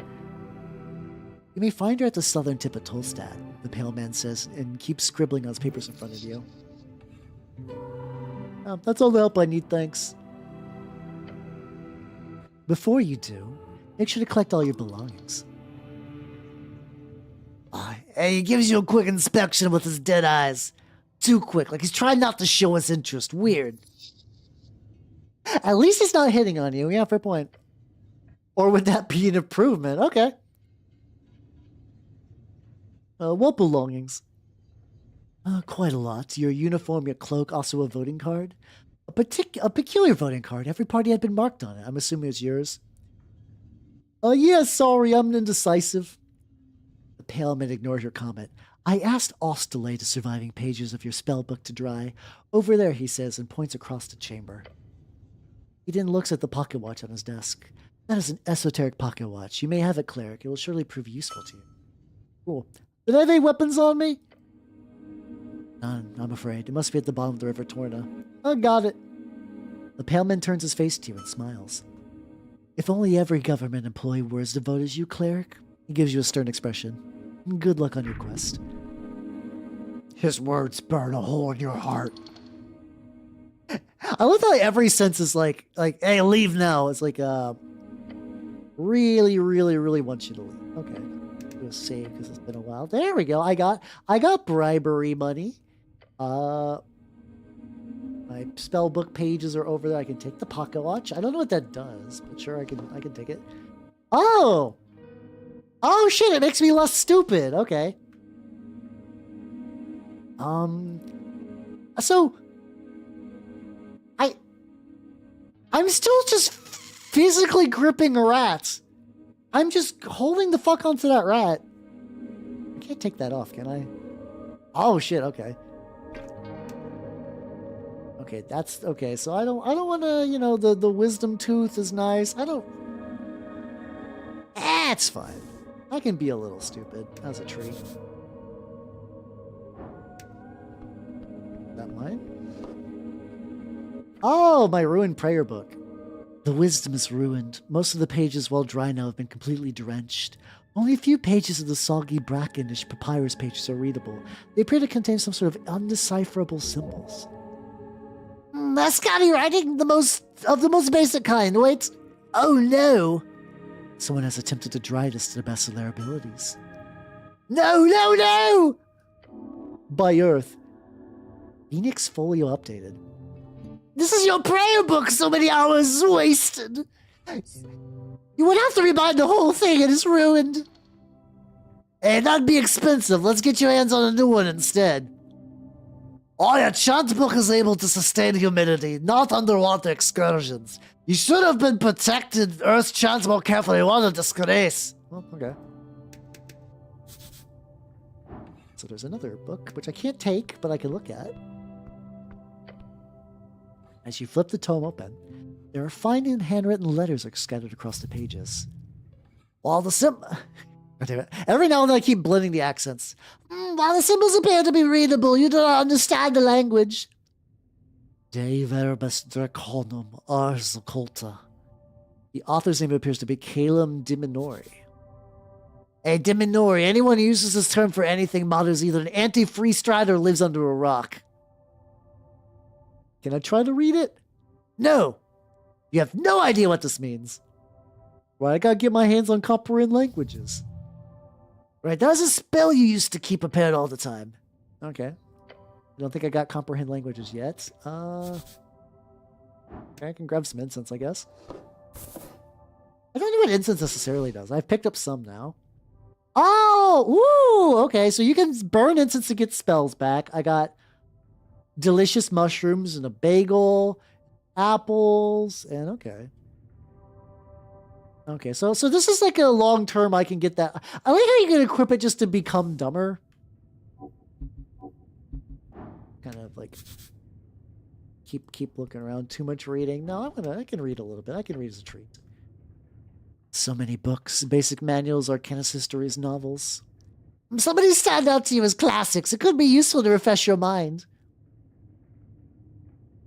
Let's read Folk Tales by the Trill Sisters. Opening the Trill Sisters book shows you an index of several tales, many of which you've heard growing up. Stories for children are useless. Do not waste time here. Okay, out of all the tales, you seem the one you remember the most. The one about the gnome and the titan. But yeah, no, yeah, the spending money on projects to make me poorer and stupider. Hell yeah, that's my hobbies, baby. Yeah, let's read a little and large. The old days when dragons ruled the skies and titans wandered the earth, there lived a gnome named Abacus, known far and wide as a half-wit. Other fucking moron, that idiot piece of shit Abacus. Whenever by fate or folly, he often found himself in the oddest of places, and so it was that he stumbled into a deep valley of the Ascan. I have to imagine that everybody who's not super paid attention to the text on screen. I guess the text on screen is probably kind of tiny for you guys, but just, you know, I can just slip and shit. No one would know. That'd be fine. This valley was home to Kali-Yomor, the Mist Titan, a colossal being with fur as thick as the ancient forest and limbs that clutched the very mountains. His upper body was hidden in, or perhaps made of, the swirling mist that filled the valley. But on this day, the valley was not the serene refuge it had once been. The air was thick with ash, the rivers ran black, and the trees stood as charred husks. Isuth, the red ancient dragon, had set the forest aflame, hoping to drive Kali-Yomor from his domain and claim the fertile valley for him. So I'm also thinking, Aldre, yep, definitely use that.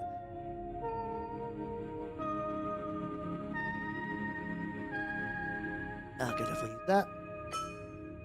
Oh, cool, I gained EXP.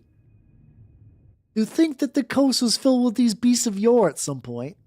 Kayor was furious. Kalyamor was furious. His great form trembled, trembling with rage as he searched for the source of destruction.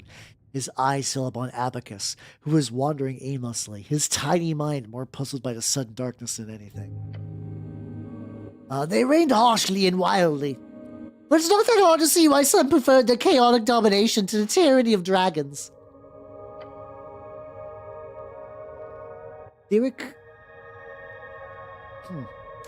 Thrick Lum Chum, who dares bring fire to where none should come? Ashes taint my sacred mist, speak, small one, lest you be missed. To taint my sacred mist. Speak, small one, lest you be missed.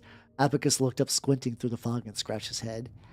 Oh, fire! No, I've no fire to share. No flame do I bring, no ash to bear. For in the dark I see clear as day. 'Tis those who can't that need the flame, they say.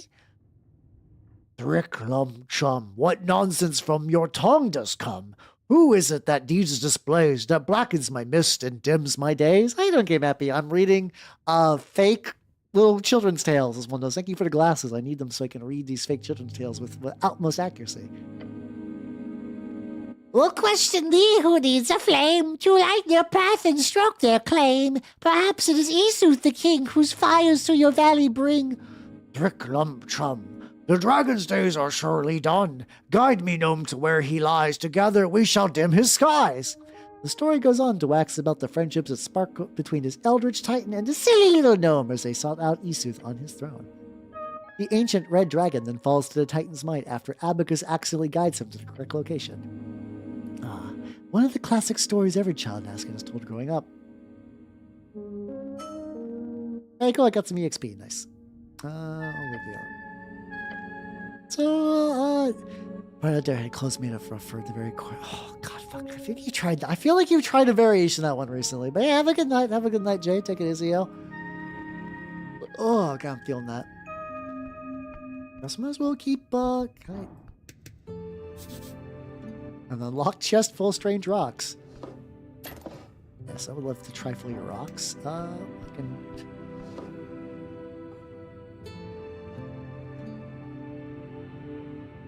Ooh. Oh, what's my current item? This feels like a terrible idea. Okay, my current sword gives +1 strength, -1 wisdom. I guess I don't really need, Kiss a card. No, I don't really need more decks. I'll just talk to him. Chief of Security, wiggling his little clawed feet, the kobold follows your every move with cold, unflinching yellow eyes. Master, say you behave. You're adorable. The kobold glares at you. A battle of will, do not give in. Glare back. Your eyes meet each other, still, ever vigilant. Keep glaring. Kobold does not move. Glare some more. Yep. You're staring at each other. Glare. Eyes meet eyes. Looking at a kobold's yellow eyes. Keep staring. Looking hard. Lean in close to the kobold's stern face. Charisma, you should probably stop this.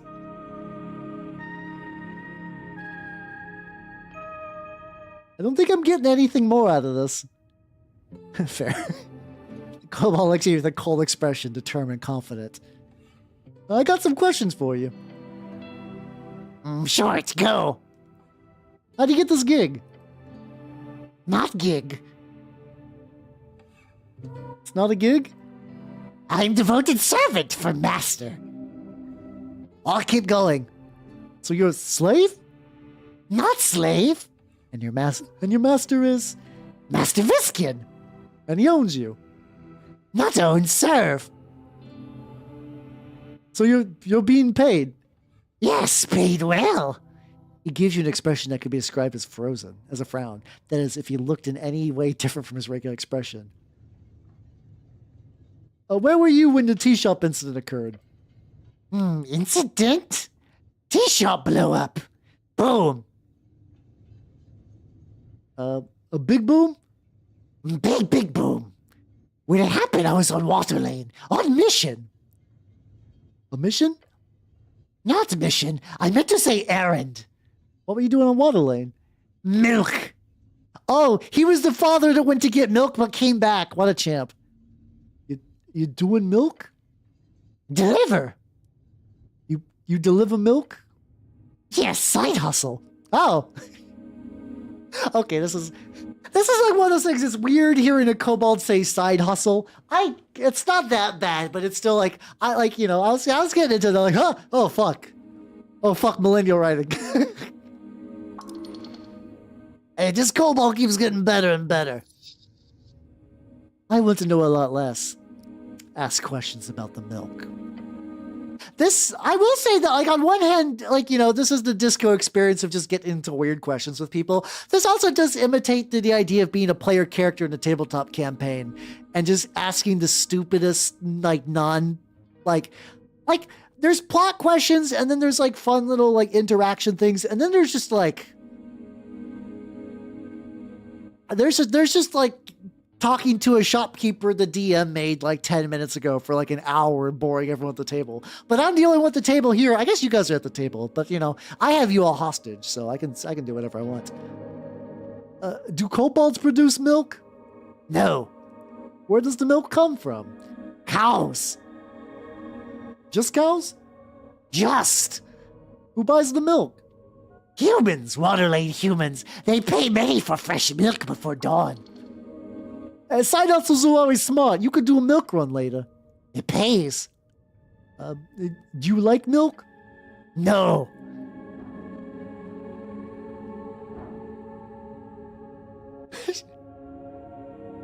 Oh, milk is a form of pure vitality, nature's most precious liquid. Milk is very good. I will get that. You're missing out. Kobold doesn't seem to crave the white liquid despite your comment. That's what I need to save for later for out of context. Can I have some milk? No. All valiant effort. I don't have anything else to ask about milk. Oh, I need to double check on that. Okay. Thank you. And we should totally find out more about this. Could be a big money maker. Can I buy your crossbow? You were just kidding? Not funny.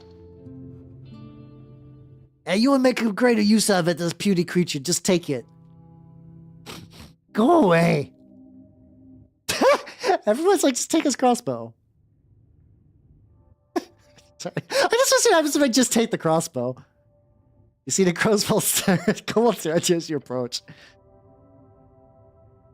Don't think it. He says clear. All right, I'll steal it later. It's fine.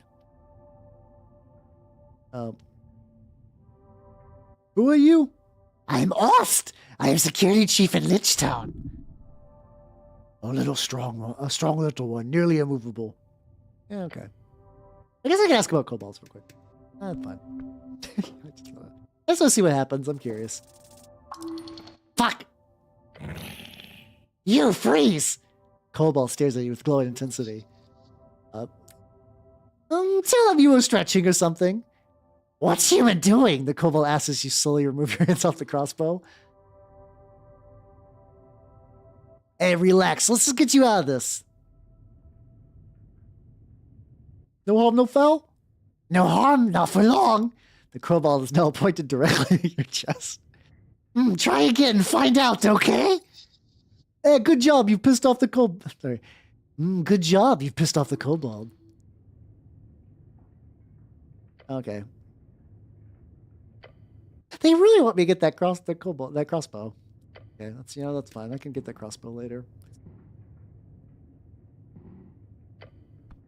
So I can go up the stairs.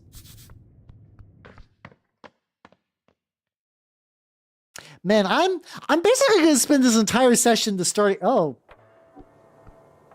there's a lot going on. Get some incense up.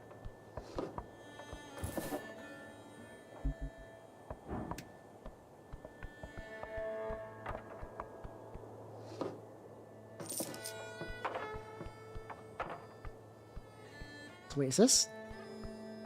Okay, so this leads properly into the city. Okay, I do want to go here. I do want to talk to these people, but like I want to I want to see if I can find that fucking goblin.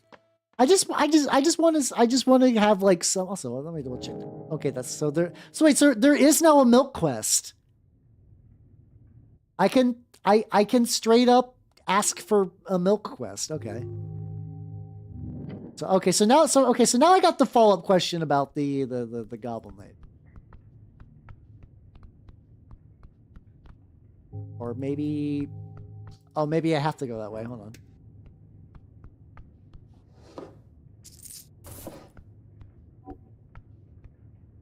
All right, just this is like a TRPG game, so I'm just like looting the ever-loving fuck out of it. Okay, so I guess that is the way to go. Okay. Like I could probably read more of those stories, but I'll do that later. I'll do that later. I will do that. Yeah, I just love how like milk vendors a quest, just like find the kobold, learn about selling milk. All right, let's talk to some. Oh, dwarves. Okay, these are just dwarves.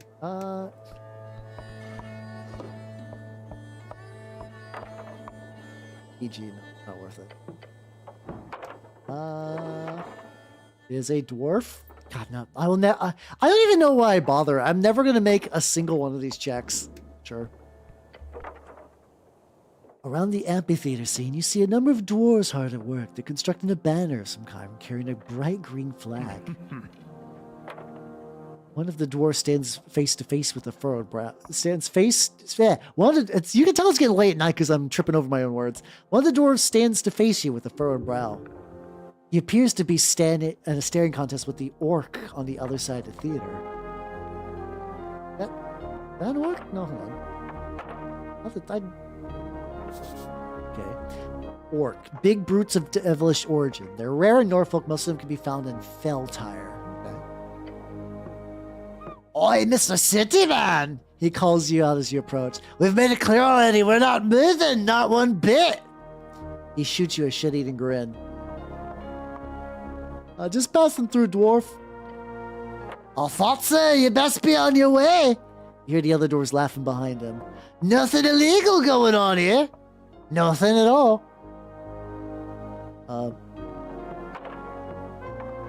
Nothing illegal, huh? Oh, we have the papers. Nothing illegal at all. This might be one of those kind of illegal, but also not sort of situations. They are both guilty and innocent, just like you. One of the older dwarfs spits on the ground next to him. You even know who you're talking to, child? This be Alphonse of the Barn Endlers. One of the big dwarf clans. They found tons of penning, which is the currency of the dwarf kingdoms, and the several dwarven fiefdoms in the undercoast. Oh god. This is the thing that like I have bad memory. I'm hoping I remember all this when it comes up in actually important parts of the story, because we're like so many layers deep. He's done more good. He's done more good than all you Earthguard combined. A true speaker for Asgard. You're a celebrity? Simi exaggerates. He gives the older dwarf the stink eye. I'm also not in any way proud of my heritage. Nobility is just a poisonous hierarchy. Oh shit, okay. Class-conscious dwarf, I guess. He grins. Just wanted to make that clear. Don't mention the whole noble thing. It'll just piss him off. Unless you want that. You boys setting up a play or something? A play? He spits on the ground. We're holding a rally for the cause. This evening, workers across Tolstad will gather to... Oh, he's one of those... He's like the equivalent of like a affluent child of like a rich family who's getting really into like kind of like socialist activism stuff. He might be earnest about it. We don't know much about him, but that's the vibe I'm getting immediately, which is why he's a little salty when you point out his stuff. Oh, looks like.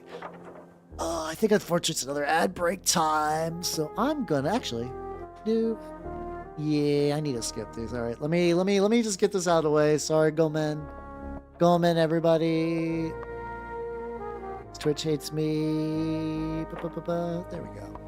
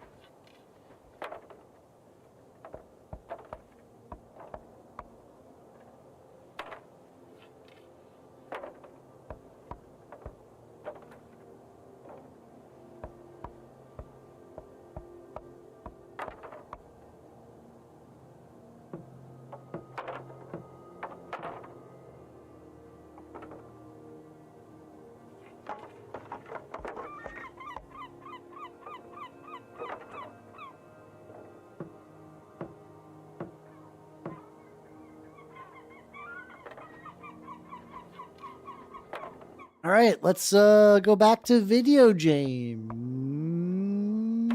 There we go. All right, that should be the last ad break we gotta deal with for the rest of the stream, which is nice. Yippee, yippee, yippee, yippee, yippee, yippee. Yeah, dwarf social is very real. All right, so anyway, back to this guy. He turns towards the orc. And no one's going to stop it! Oh! Wow, okay. You hear laughing from across the theater. Papers, Alfonso. He grumbles and turns back to you. So, what do you want? You seem a bit stressed. No, you don't say. His words drip with the acid from a green deer. What is a green deer? Okay, we're learning things. So it is forenoon. I get the lads together, and when we arrive, that accursed woman is standing here. The dwarf shudders. She starts complaining. He reaches for something in his pocket, and he takes out some documents. We show her the papers. And the papers are no good, she says. So assimilating the boys. Bah! The circles. Oh, there we go. This is like an early quest. I haven't done like a proper like quest from start to finish. A real convenient, I say. No, there's nothing wrong with these papers. We are in the right to speak against the tyrants and the burgers. Is that burgers? Burgers?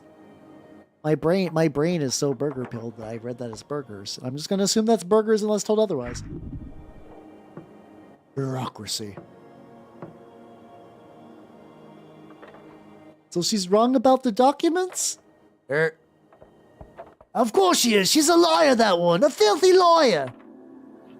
I feel like those documents are falsified. Alfonso nods and grunts. Terrible liar. Can't even get the words out. Isn't it a bit macabre to hold a... Sorry. I know it's macabre. I love saying... One of my favorite things on this earth is saying macabre wrong. Isn't it a bit macabre to hold a rally on top of a morgue? Morgue? The dwarf grumbles to himself and glances over the Lich House stairs. I thought it was a dent. Oh, this is how we. This is how we know that he's from upper affluent family. He's just like, I assume this is what a poor person's dentistry look like. With the skeletons. Fair assessment. No matter, the Asgard movement is not afraid of death. You hear big laughter from the orc behind you. Big words, Alphonse. The dwarf grits his teeth. Medieval yuppie. Oh, that makes sense. Damn orc. So what's this rally about exactly? Guilds. For decades, there's been collective bargaining between the Norvikian workers and the city guilds. Say what you want about Earth, but he kept a tight leash on the upper class of the city. I am kind of leaning towards, capitalism ho a little bit. So I might continue to lean towards capitalism ho. I am a dick-ass three-guilder thief, so, the leash was bad for the city. Now we can grow exponentially. Oh, shit. A lovely talking point. I guess you read that in the Norvikian Post. The biggest newspaper in the city, founded over 50 years ago, nationalist aligned. Anyone or anything that matters in Norvik is written. Okay, so I got accused of reading the New York Post. Disgusting. Funded by the trade company, mind you, he grimaces. The Freestriders have burrowed into every darn power structure, from paper boys to bookbinders. In less than a dozen years, salaries have stagnated and prices have gone up. They say the Freestriders would be to make the city rich. I say it makes its people poor. We need change. So you're here to convince a bunch of Tolstad workers to vote for the Asgalis party? More or less, yeah. But it's also about the spirit of the community. Together we can fight against the purchases of our labor. This is also, I will say, also an interesting thing too. Like, I knew the mechanics are going to be very Disco Elysium. I wasn't expecting, like, politics to be a big part of this game. Like, not that I minded or anything. It is kind of similar. It seems to be kind of along the lines of capitalist, communist, fascist. So far, more like the fascist or monarchist in this context, but like not significantly different. I mean, there's no Eddie so far, at least as far as I've barely left the morgue, so we'll find out. Alone we are brittle as a twig in the Yoda pipes up. A twig in the wind? No, that's not good enough. How about as brittle as a boar with rabies? That's pretty good, right? I love playing morons. He shakes his head. No, that's nonsensical. Anyway, the rally will be a success. We just need to get rid of that orc. So we can call out to all the workers of this magnificent city, he exclaims as there's a crowd behind them. Vote with your guts, with your manhood at stake. Oh, there we go. You too, Mr. City Man. Can I see the papers? Constructed arguments why you should see the papers. Nope.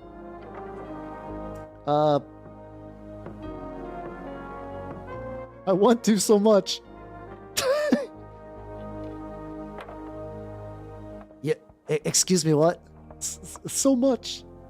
Riff looks at you with a disturbed expression. Never mind. Okay, good luck fighting tyrants.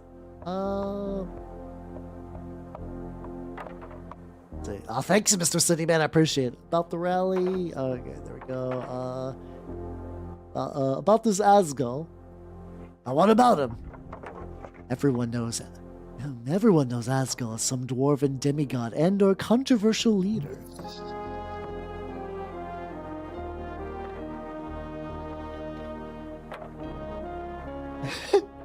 If you want to piss this dwarf off, then pretend not to know who Asgul is. I don't know. I don't really I do want to speak to the orc lady. I don't have a real reason to piss him off yet. He's got dubiously legal papers, but that's depending on how corrupt the city is, that might be about as good as you're going to get, I like him. He seems cool. He's Asgul the Great, the kind, our liberator. You like him too, then? Yeah, a fair bit. I gotta ask though, is that a religion? Most certainly not. Is it a cult? I don't know who you've been talking to, Mr. Cityman, but let me assure you, Asgul was no god or demigod or anything related to it. He was just a simple man with a dream of a fair and just society. Oh, he sounds like an alright guy. Nothing more. Ouch, sore spot. A nobleman, huh? In the old country, yes. Oh, that doesn't matter here. I'm just the foreman of the Tolstad district. Oh, we might do a thing to you say that you're just an average man. Can I have some money? Hey, it doesn't matter. If he's a noble, he must be rich. How much money you have on you?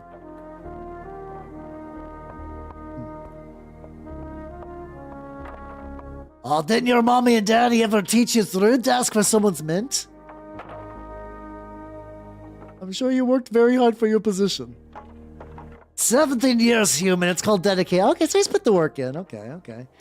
He might. There might be. I'm just saying because it's been a decent chunk of dialogue. Where's this orc lady? Orc observes you. Oh, wait a minute. I bet I have to go down. Oh, shit. Okay, I bet that's where the fucking shit I need to find is. I might still just stick around the city a bit. All right. Engage. Let's take a look at her. Oh, fuck. I didn't investigate or anything. On the edge of the ruinous amphitheater, you see an orc sitting on one of the many loose stone blocks. It looks like she's waiting on something or someone. It's weird for strength to lead in like that. Is she activating the almonds of strength? Is strength just orc lady good? I mean, orc lady is good, so I don't blame him entirely, but still, come on, bud. Also, once again, I want to say some credit where credit's due. I like that their orcs aren't green. Green orcs have sort of become a thing because of Blizzard and Games Workshop. I like when the orcs kind of have like a, you get some like grays and some reds and some whatnot. I like that. This is nice. Points for the game's favor for that. This also might be the D&D influence. Like, I know basically every time I've ever played a TRPG with orcs, even like Pathfinder, D&D, whatever, even in settings where orcs aren't canonically green, it does seem when everyone's like, all right, bring some art of your characters and make a mini or like find a mini or whatever. It's always green. It's been green forever, even though like D&D orcs are very much not. Mm-hmm. Exuding an air of authority around her, the large woman gives you a wry smile. Her tusks are gleaming. Large woman, huh? Interesting that she's got, Interesting that out of all the material you need to replace, only the knee pads. Only the knee pads needed replaced out of everything else on her outfit. Very strange. Very strange. I wonder. We'll find out. Not just physically imposing, this orc knows how to exert power in other ways as well. What's this? Not often we get Earthguard around here. Hey, you sure walk around like a damn advertisement with this drab uniform. Oh, as he should. She presents her palm to you. Vera is my name. I am second in command guild agent of Tolstad. Oh, so she's like basically like the one boat lady from Disco. I'm gonna compare everything to Disco. I'm sorry. It's gonna happen when you have a very similar structure to it. Like it's fine. If you were back in the day when all FPS games were Doom likes and you had a lot of Doom elements, I could totally see. Oh, I could see it later today too. At least for this. Okay, so she says she's free guild, and I want to go a little capitalism ho. I might need to. I might need to do something about the dwarfs. Yeah, unfortunately, this game is on the intersection of my two boss babies between like Wizards of the Coast branded D&D and Disco. Like I'm a bit boss baby too. Is there a boss? I'm gonna be honest. I've never seen boss baby. For me, everything about there's a boss baby too. Everything I know about Boss Baby is that joke about like it was a tweet where it's like person who has only seen Boss Baby sees another movie. I'm getting some real Boss Baby vibes from this. Yeah, it do be like that. Nice to meet you. Yes, the handsome orc lady wants you to say name.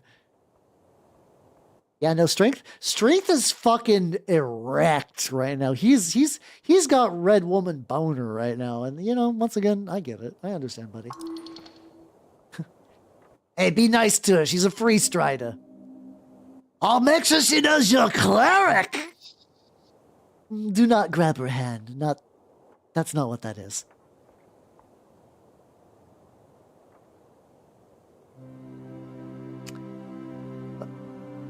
What do you mean, do not grab her hand? That's not what that is.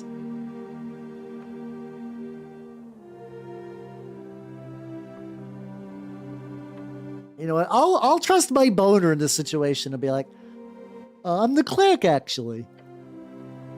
Apologize, not Earthguard. Cleric. I assume the term was interchangeable. Well, I suppose you're not all out, she says, waving towards your outfit. Esoterically tuned.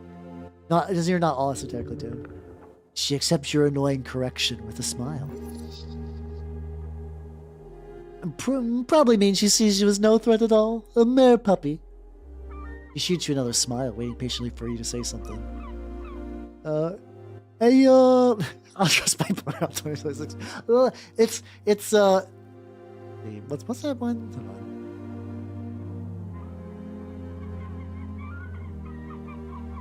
And I need to find a very specific thing.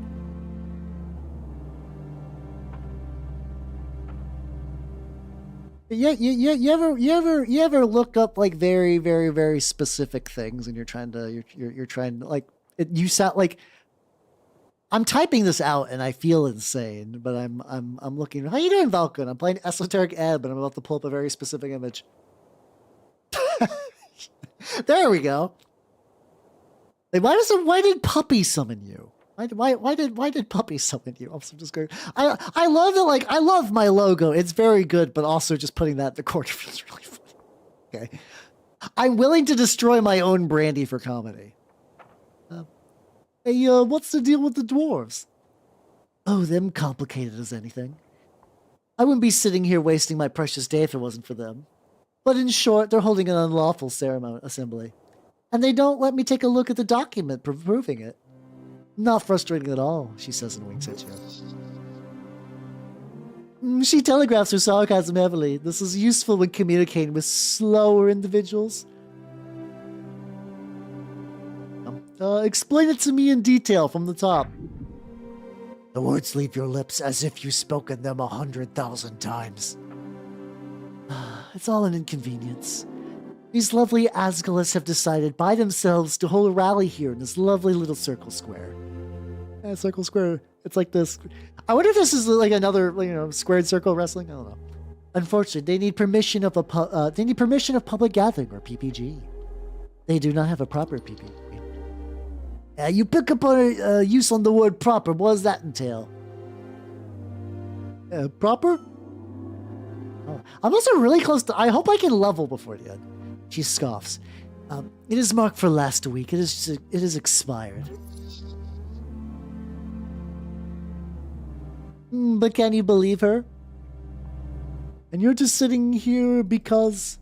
Simply, really, these dwarves are ignoring my call to disperse, so I am here as a witness. If they do not leave by sundown, they will be fined and or arrested.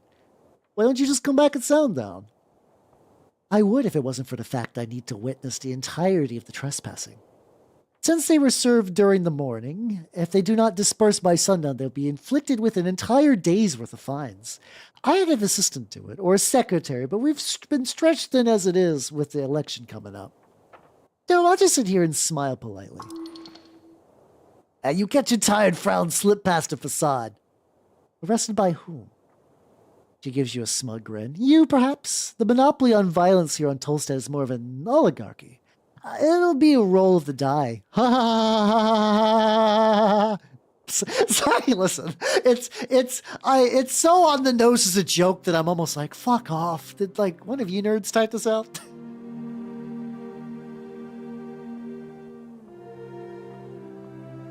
It'll be a rule to die to see who gets employed to handle these rude dwarves. Yeah, looks directly at the camera. Maybe some goblins. The city of Norvik also allows us to employ mercenaries for ab-legal enforcement. Sorry, ab-extra-legal enforcement. But the company likes to avoid that in most cases. As you can imagine, the mercs still lack finer touch.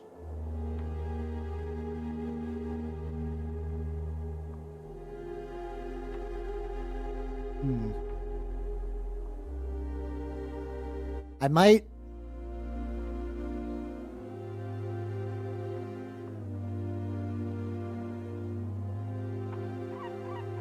It must be windy or something. I was like, you ever know when you just hear a weird knock in your house and you're like, what the fuck? Should be a weird knock in my house. It's like 10 at night. What the fuck? Yeah, you know what? Fuck it. The dwarf has those dwarves have a good thing in mind. But boner. Sure. I'd love to enforce your justice. Oh, okay. Well, the city's justice, but sure. Sounds like trouble. Trouble would be just as exciting. Would at least be exciting. This is just dull. If I could get hands on those documents, then I could simply hand them over to the city and go home early, or rather, head back to the office to complete the draft for the marketing meetup. Sorry, I got a lot on my plate.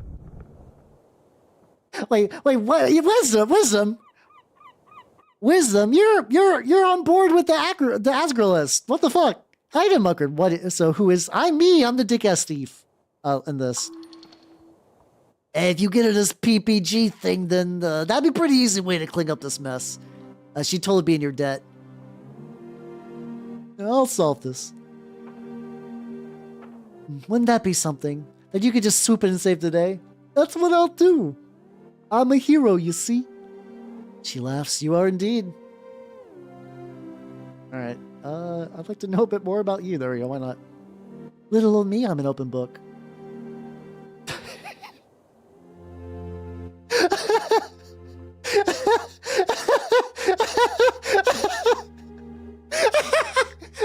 You are a strong and physically opposing woman attempt to flirt. Okay, hold on. Let me ask the other questions first. Maybe after that. I don't know. It feels weird in like in a fantasy setting where everybody is like generally kind of like doing whatever. I feel like it's like, hey, it must be weird to be an orc, right? Where are you from? She doesn't answer you at first. Instead, she just looks away for a moment and smirks. I didn't mean it like that. She laughs. Oh, I know. Don't worry about it. I'm from Blood City Bay. Why did I say Bloodbag? Blood City Bay. I ran with the war bands when I was a girl. And she could crush your skull with these. And that's a bad thing. I don't know about that, buddy. I don't know. We'll find out. Took me all around the coast, far from the cursed plains of Feltire.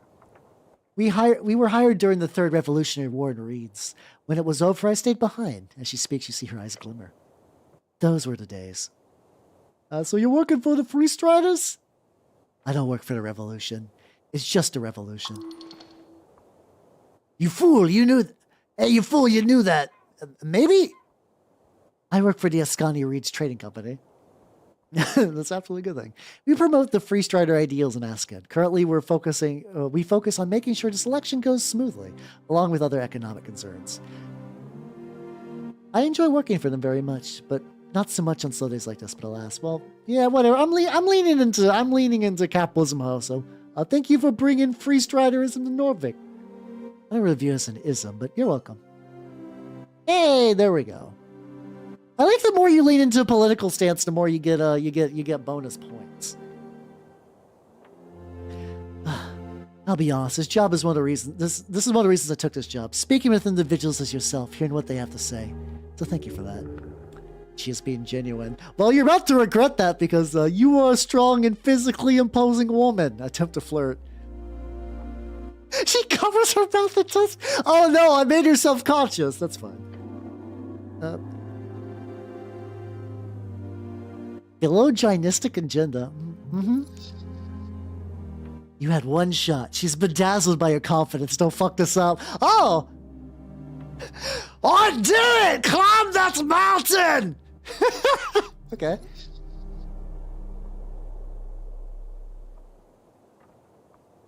I don't want to mention... I feel like I don't want to mention the tusks. I do want to mention...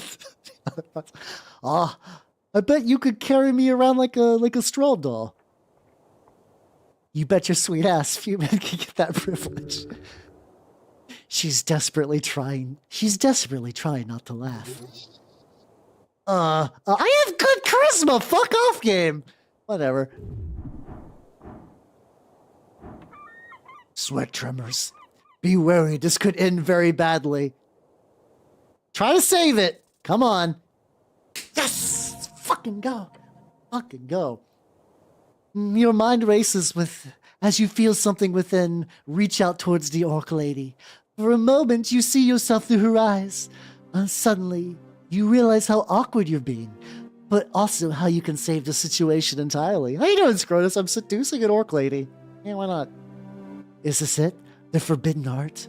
Too powerful for any one man to yield? Is this the power of empathy? Oh, gross. Wisdom, you've been real shit at being wisdom. Really? This is not difficult. Oh, use empathy. All right. This orc, she likes a straightforward attitude. So just ask her in a confident tone something like,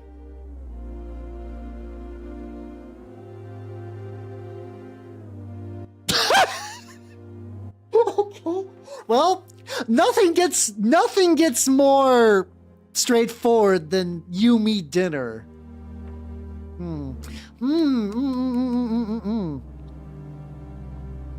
Yeah. I don't care if I fuck it up either. This is early in the game. I didn't even think a romance option was going to be a thing. You, me, dinner. The orc chuckles. I'm curious to see what's underneath that helmet. Hey! Fine human, but after the election. I'm quite busy till then.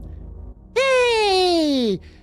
The fuck is phylogynistic agenda? Okay, so okay, score. Oh,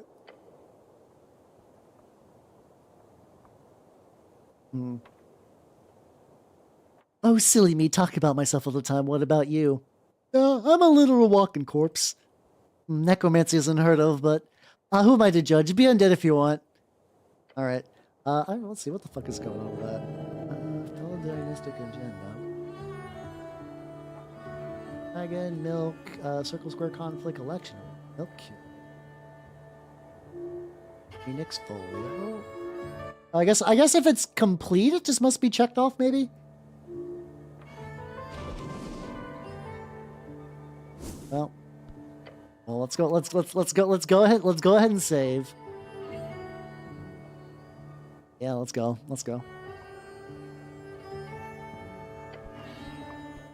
So in that case, I mean, I am somewhat of a thief. So, okay, we got that's a pretty low. Hold on, can I buff my dex anyway?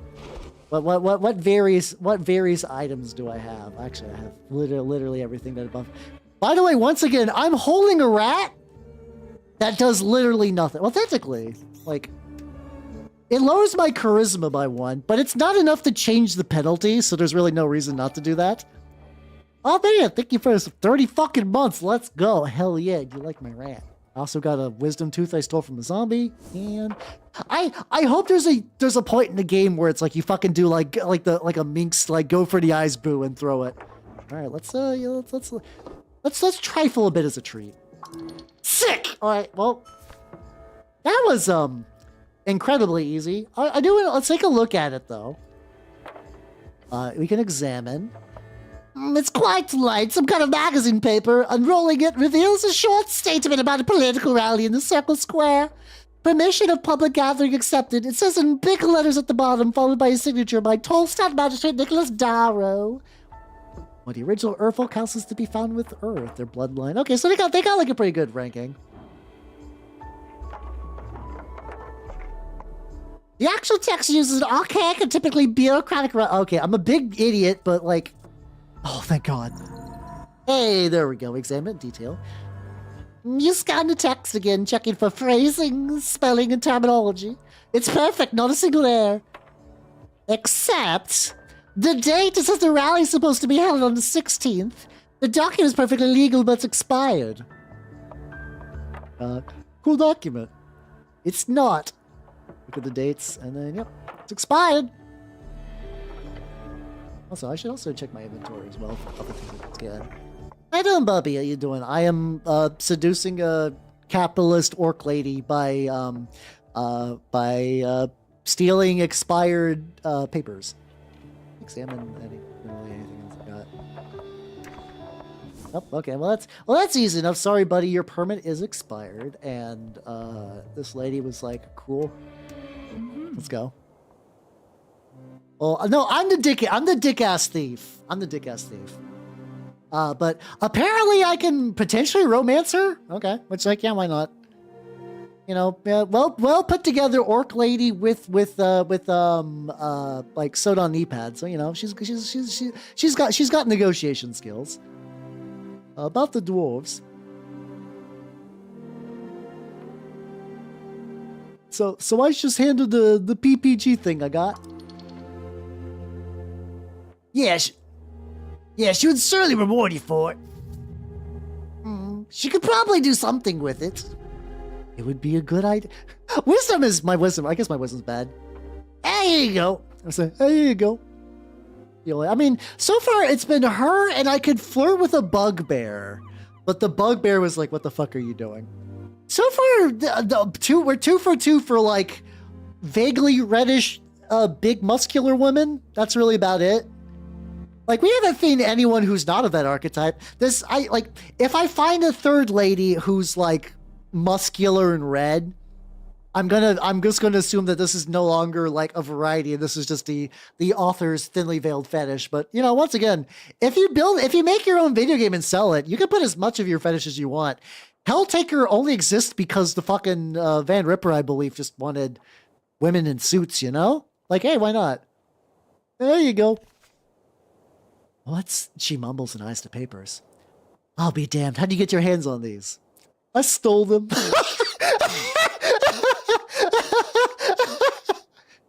Yeah, okay, sure, why not? I stole them. I think you meant to say you borrowed them. She gives you a wide smile. She stands up, her figure towering over you.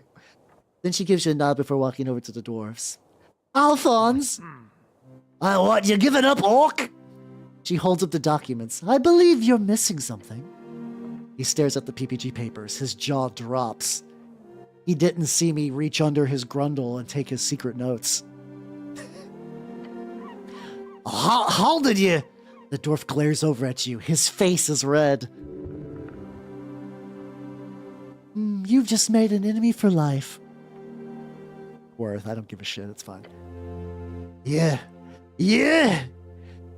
Death Craig! Oh, you can't be dropping dwarven slurs on me like that.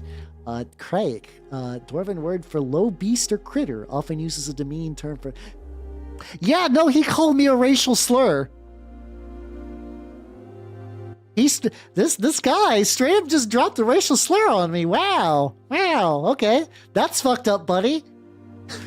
Listen, I know you're trying to bring communism for everyone, but you can't be dropping K-bombs like that, my man. That's fucked up. Are you really gonna waltz into a jail sentence, Alphonse? Wouldn't you rather just walk away? The dwarf glares at Vera's smug expression. Yeah, I mean, it's very disco with a lot of other elements, but it's neat. I'm liking it. So basically the same level of like, there's basically, from what I can understand, that this is like a big fantasy setting where recently they are like, okay, we're no longer doing the whole king thing. We're going to try like an election going on. And there's sort of like a communism movement, which is eating up the local agrarian sort of farmer movement.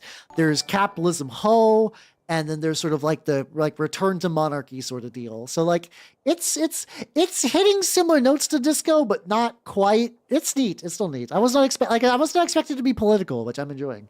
How you doing, Burrito? Thank you for the sub. Thank you. How you doing? Yeah, like instead of having like the different like I will say like, so this game is kind of condensed all the typical disco stats into D&D stats, and they're neat and fun, and they got like good chemistry. The disco stats are just so much better. It's unreal. I'm just like, this has been fun. Disco's writing is still fucking supreme. Like, I'm enjoying this. Like, this is very much a two cake scenario right now, but like it's yeah. It do be like that. I'm about to capitalism hoe my way into Big Orc Lady. Let's go. Hey, Foreman, the older dwarf mutters. My boys, pack it up. With Vera standing by, a grin on her face, the dwarves quickly scurry off with their stuff. Oh yeah, I'm glad you're happy. Hell yeah. As the circle square grows quiet, she turns to face you. You've made a friend today, human. Hey, I leveled up. Nice. She pats your shoulder and tells you, when you have the time, come down to visit the trade post down on Water Lane View. We'll see if there's anything that Ascani Reed's trade company can do for you. Wisdom, finally. It's just you here. Hey, there we go. Hey, well done. Having the free striders on your side will be highly beneficial. Hey, I leveled up. How do I do that? There's one. Oh, hold on. Actually, legitimately, how does one level up?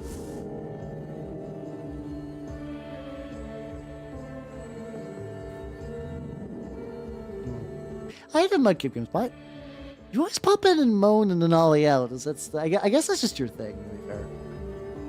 Maybe. Oh, this might be one of those things that like you have to. Oh, you know, how about that? How about I click that button? Okay, we got ability score +1. Hit points. I got 5 + 1 hit dice. Okay, got some spell slots. Oh, I choose a stat.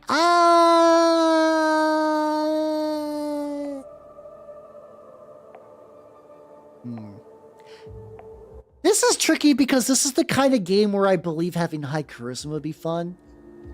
Nope. That doesn't up my con any. So none of these will actually give me a stat shift. Anyway, I guess it really doesn't super matter there.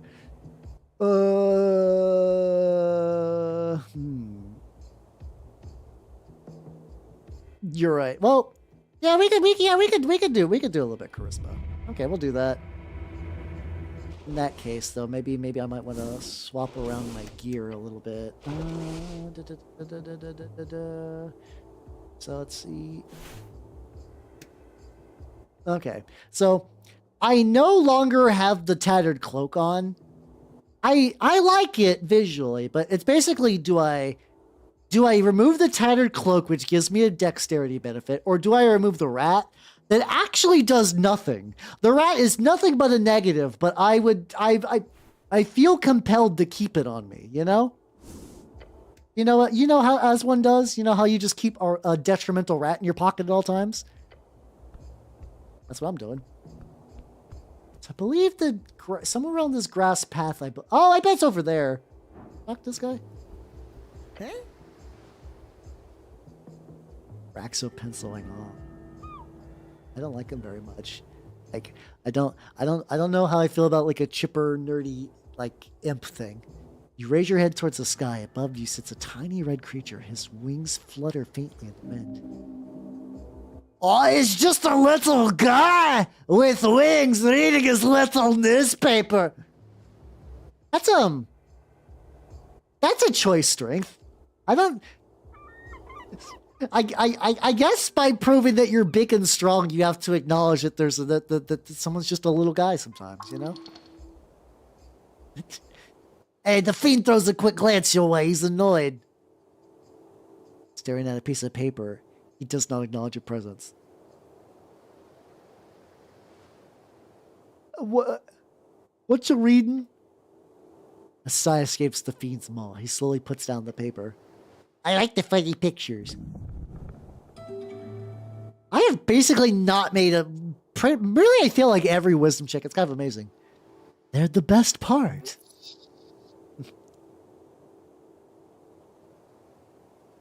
I believe the fiend is being sarcastic. I like the pictures too. Yeah, I imagine you would. Wait, he says, leaning to get a good look at you. Earthguard? A cleric? How's you doing here? That reaction. Your presence is uncommon. Divine mission, the usual. Very well, I won't get in your way. I, for one, am happy for your presence. This place has gone downhill since the city let the goblins and the freeze traders run. Like, buddy, you're not that far off from a goblin in the grand scheme of fantasy creatures. I'm sorry, bud. Also, I am a freeze trader. You're 0 for 2 right now. I'm hoping that the rat at some point just becomes a projectile. Oh no, the devil's a kiss ass. We need some damn order at this place. All wise words. So if you need any legal advice, just let me know. He gives you a tiny sharp smirk. You should be aware of the fact that this is literally a devil. Oh, good little devil. Hey, be careful. Devilish advice can bite you real quick.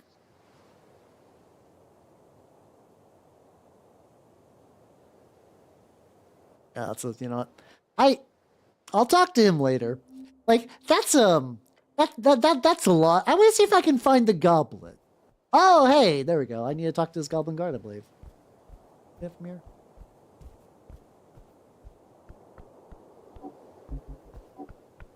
I cannot talk to that group, but what I can do is I love how it's not thievery, it's trifling.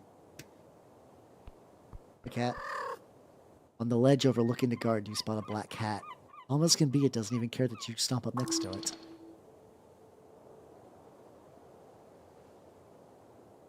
Hey, behold the cat, the legendary trickster of North. Hey! Can I give the cat a mouse? Greetings, who might you be? The cat lifts his head up. Its dark eyes squint at you for a second, sniffs the air, then ignores you once again. This cat does not care for you in the slightest. Pet or something? I don't know. If you wish to hold a proper conversation with this magnificent creature, you need to find the first level spell Speak with Animals. Okay, makes sense. Makes sense.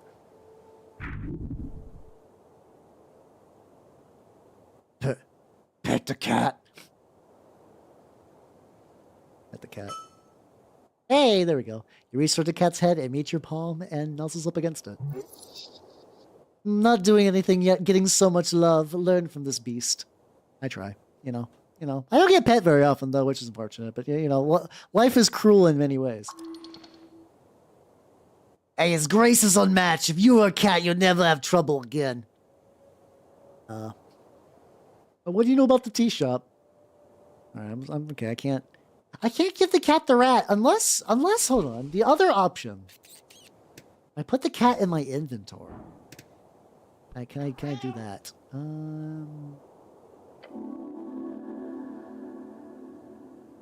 Who are you voting for in the election? The cat's wait. I got a quest. All right. Well, let me grab my rat, and then I think unfortunately it is pretty late, so I'm gonna do a save. I'll do a save, and let's go to the chatting screen. Wow. All right. Thank you guys. I had a lot of fun. I'm enjoying this game. This feels like one that I feel like this one could be on the longer side, but I'm liking it, and I'm going to continue it probably until it's done. So, then after that will be Half-Life 2, but I'm having fun. There's no reason to stop. So on Sunday, I will be painting something. I don't know what yet, but basically I have I still need to finish my Blight Kings, but ideally I want to paint them, but we'll find out what happens for like mini prep this weekend. So yeah. I hope so too. So tomorrow I'm doing another tour for an apartment, early in the morning. It's in a good location, so I'm hoping it works out pretty well. I guess we'll find out. But yeah, everybody on the YouTube side, I'm going to cut you loose. So bye, YouTube people. Bye-bye. And who is on Twitch? Oh, thank you. I think I found a good option today. The only downside is